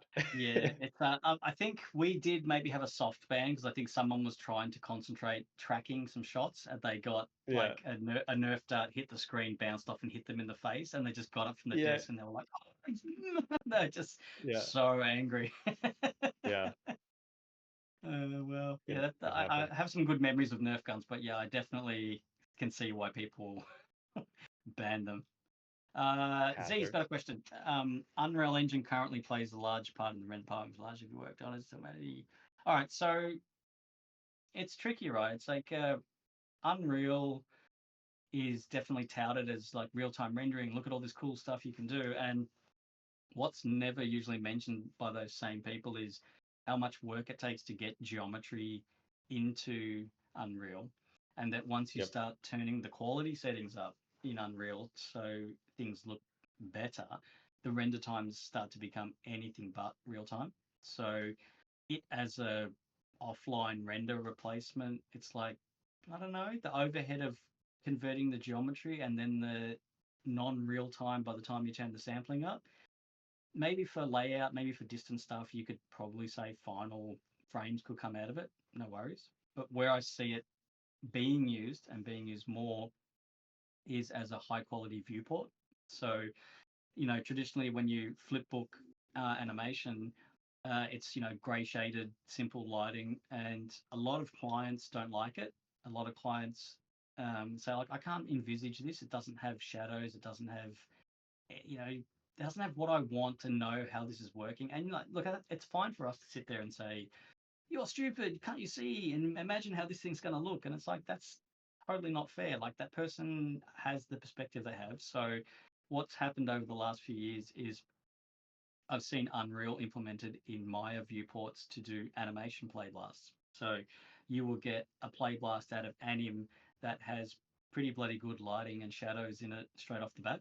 And that means that things like sending stuff to client becomes much better presented. You don't have to go through an offline render, but also people can see things, animators can see things like contact shadows. They can see that the fingers are going through the floor or they're not touching the floor. So it's helpful for them as well. That's where I see Unreal Engine. I see it, hopping into real-time viewports for animation, and that's the best implementation I can see it. And as far as like rendering, we're absolutely still using RenderMan and Mantra, and Karma's coming along, and Redshift has its place. I would say that offline rendering is not going anywhere, and I'd say that CPU rendering is actually stronger than it's ever been because it's very easy to just grab a CPU and put some more RAM sticks in it in the machine. The code base is obviously different to a GPU, and it's not. You've seen recently people posting on the side effects forum that the NVIDIA drivers started leaking cyan into the indirect diffuse in Karma Yeah, XPU, yeah, and yeah, like yeah. I saw that. people losing their minds, like going, this was working yesterday and now all my shit's broken. And I've never seen a CPU renderer start leaking cyan into the indirect diffuse because of a GPU driver. So, I have some pretty strong feelings about GPU rendering. I don't think it's that great. But things like that are just, but in the right circumstance with freelancers, Redshift, Karma, with 4090 or 5000 series cards, that's a no-brainer, like totally. But you would still use those GPU renderers with the understanding that you've got certain limitations or that you should lock your driver and Houdini version off like we do in production. So that's probably something that we can quickly say, anyone who's listening, is I do see a lot of people posting, I've just updated Houdini to the latest production build or the latest daily and Redshift doesn't work or this doesn't work. And in studios, we lock off the version of Houdini and the version of the renderer and any pipeline stuff sometimes 12 months in advance. So most of the shows that I've worked on up until very recently were done in Houdini 19, and we're only just on Houdini 19.5. Those versions will be locked specifically for that reason, so that people can come to work and just do their job and get results. There's definitely a weird tendency in this industry with people to just download the latest all the time. And it's like, for what most of us do, you could be using Houdini 18 for most of what we do, and your life is probably not going to be hugely different. So you don't need to be on the bleeding edge. And if you are on the bleeding edge, this stuff is going to happen. So, people should, if they're going to render stuff freelance or just for their own sanity, maybe lock off a version of Houdini and a renderer and a little bat file, and just say, cool, whenever I need to render this stuff, I use this. And when I want to dev or check the latest and greatest, I have my separate environment for that. It's very scary updating Houdini while in production. We actually, dude, we switched a render engine midway production for one cinematic. We went from Karma to Arnold, and it was like almost mid production. That was very scary. It paid off because it looked amazing in the end. But dude, like it was like, are we really doing this? Everybody was like, are we doing this? Like we started rendering already with Karma, and they were like, no, we need to switch to Arnold because it's now or never. Like, it was always, yeah, but it paid off. But don't do it. It's not recommended. No. I have one horror story with that. We were when Allura was a Windows and Macs place. So it was Windows, Macs, V-Ray. So we're all in Macs. We're in V-Ray. We know it inside out. We got a bunch of commercials that were very big budget, and they had a lot of birds with millions of feathers, and we knew V-Ray was going to be very problematic. So we switched from Max and V-Ray to Maya and 3-to-Light, and it was like, none of us know how to use Maya, and none of us have used a Raise render engine, and you want us to build a pipeline, learn how to use Maya, learn how to write shaders for a Raise renderer, and it was like 5 months. We did no productive work for 5 months when we moved everything across. But Mm.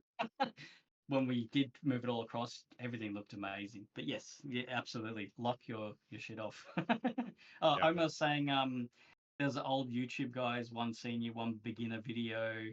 That is, if anyone's old enough to remember, 3D Buzz. So 3D Buzz Mm. was a 3D training website by a guy called Jason Busby. He passed away a few years ago, and Ah, that's right. Yeah.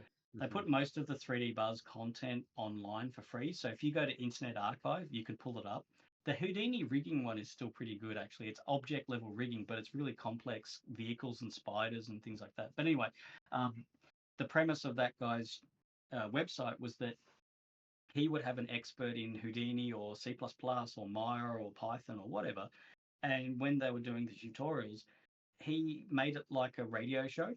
So there was the person who was doing the course, and he was acting like a junior, just calling the radio station, going, "Yeah, but why do you do it like that?" So it Mm. was really interesting because he would say, like, they would show a technique, and he would say, "Yeah, but why do you do it like that?" And they would say, "Well, because if you try it like this, this could happen if you do this." But and then he would sort of extrapolate on that. So he was quite a clever guy, but he managed to do this tag team thing, and I found it really interesting. So if anyone, yeah, just looks for 3D Buzz. I mean, the tutorials might be Mm. quite old now, really for what's out there, but it was a very interesting premise to have super experienced instructor paired with a junior, and the junior being told ask as many dumb questions as you want, and it was really educational. So that's who it was, Omar. Yeah. Um, Oh, you're getting asked why you went from Karma to Arnold in that insane maneuver. But the material, like, so the cinematic was supposed to be photorealistic, and the materials looked better with Arnold. And I think the whole studio was shifting to Arnold in general. So they were just like, we need to now's the time to do it. But yeah, they were doing a bunch of tests, and they saw that a lot of the effects were still done with Karma, just because it was so robust. But all the Hmm. material work, shading, stuff like that, that was Arnold, just because it, for some, in some cases, it just looks a bit better Yep. out of Yep. the gate. You can make everything with Karma. It's all good, you know. But I think Arnold, just out of the box, it looks pretty good when it comes to like realistic surfaces. That's why we switched. Yeah, Yeah. but Yeah.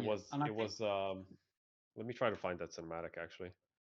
yeah, and I think, Karma is definitely coming along, and it's going to get there. I mean, renderers take an unbelievably long amount of time to make good. They're very very difficult things to get right. There's definitely some paths that they've taken with stuff that's gonna, we'll see how that pans out. But I think oh, Magic the Gathering. Yeah, yeah, cool, cool. Mm-hmm. I think, like what we were saying earlier with deep compositing, that's opening the door for people to use multiple render engines, and where you can, you publish different types of geometry for the other renderer to use as an emission source or a shadow caster and things like that. So, okay, so Ooh, should we call it a we day? nearly done. Yeah, we'll just answer this one question about Linux in the thing. Yeah, which Josh has said. Yeah, do Linux at home. Pick a good distro. Don't pick a ridiculous one that you're gonna like lose all your hair trying to install the NVIDIA driver. So I just was pick a, always you know, confused with that. Like, why do you have different versions? Because I never tried it, but everybody's like talking about Linux. It's better, more RAM efficient, all of that, faster in general. And then I always get confused with all the different flavors or like distros, right? Yeah, I think it's Yeah, because it all branches off something. You can do whatever you want. Everyone went and did yeah, whatever they want, but they kind of suck. So I would say stick with like Ubuntu, Mint, Pop OS. They're like the mm, main ones that are really easy. But the thing with Linux, with what we do, Urban, is from a studio point of view, Linux is easier to administrate than yeah. Windows is. But from a simulation and rendering point of view, you will generally still to this day find a 5 to 10% speed bump in your sims and renders with the same scene on Linux versus Windows. So Mm. 5 to 10%, that sounds like nothing, but if you're doing 1,000 frames and you get 10% faster renders, you're going to get a whole bunch of frames back quicker. But also the memory management in Windows is not as good, and there are still some memory leak and memory problems in Houdini with certain things that don't exist in Linux, so you don't get leaking memory and other stuff. But it's gotten better. Windows 11 has gotten better. It's definitely nicer.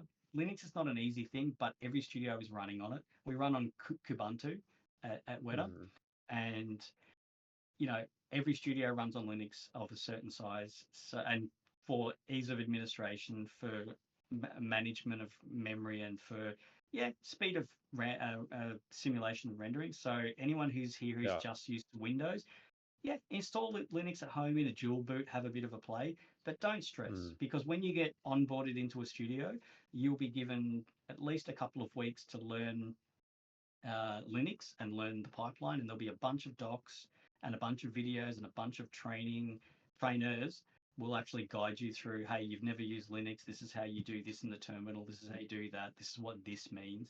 So, by all means, go and preemptively install it and have a play, but don't worry too much. You absolutely won't get nailed to the wall, but you will see in job applications must have Linux experience. So maybe install it just so that the terms and the terminal and the basic commands don't feel like double Dutch to you, and you don't get caught out in an interview where they say, hey, you said you know how to use Linux a bit. And you go, yeah. So cool. Let's wrap it up. We've got kangaroos down the bottom. Cool. Kangaroos, thanks so much for your time. Yeah, dude, thank you. This was so cool. Like, even when you were showing your show reel, I feel like we could do a webinar like this for each shot that you worked on. Like, I feel like there's so much fun. There was so much cool shit. Yeah, there's a lot of stuff to unwrap. But this one, I think, so. I was like, is it like 3 hours? No, nearly 3. Yeah. Jesus Christ! Every time I'm like, when I talk to people, I'm like, let's keep it to like an hour, and then it's always 3. And I'm like, how did we get here? At least if you say an hour and it's 3, then it's 3. If you just say, let's do 2, it'll be 5, and you'll be like, cool, I'm gonna bring lunch and bring some dinner and a pillow, and like, let's have a sleepover. Yeah. Yeah, but yeah, cool. All right, let's do it. Let's do it again someday. We will. Enjoy your evening, and I will enjoy my morning, and whoever's on this side of the planet, you will also be enjoying their morning. Sweet. All right. Thanks, Cheers, mate. everybody. Bye. Catch ya. Bye.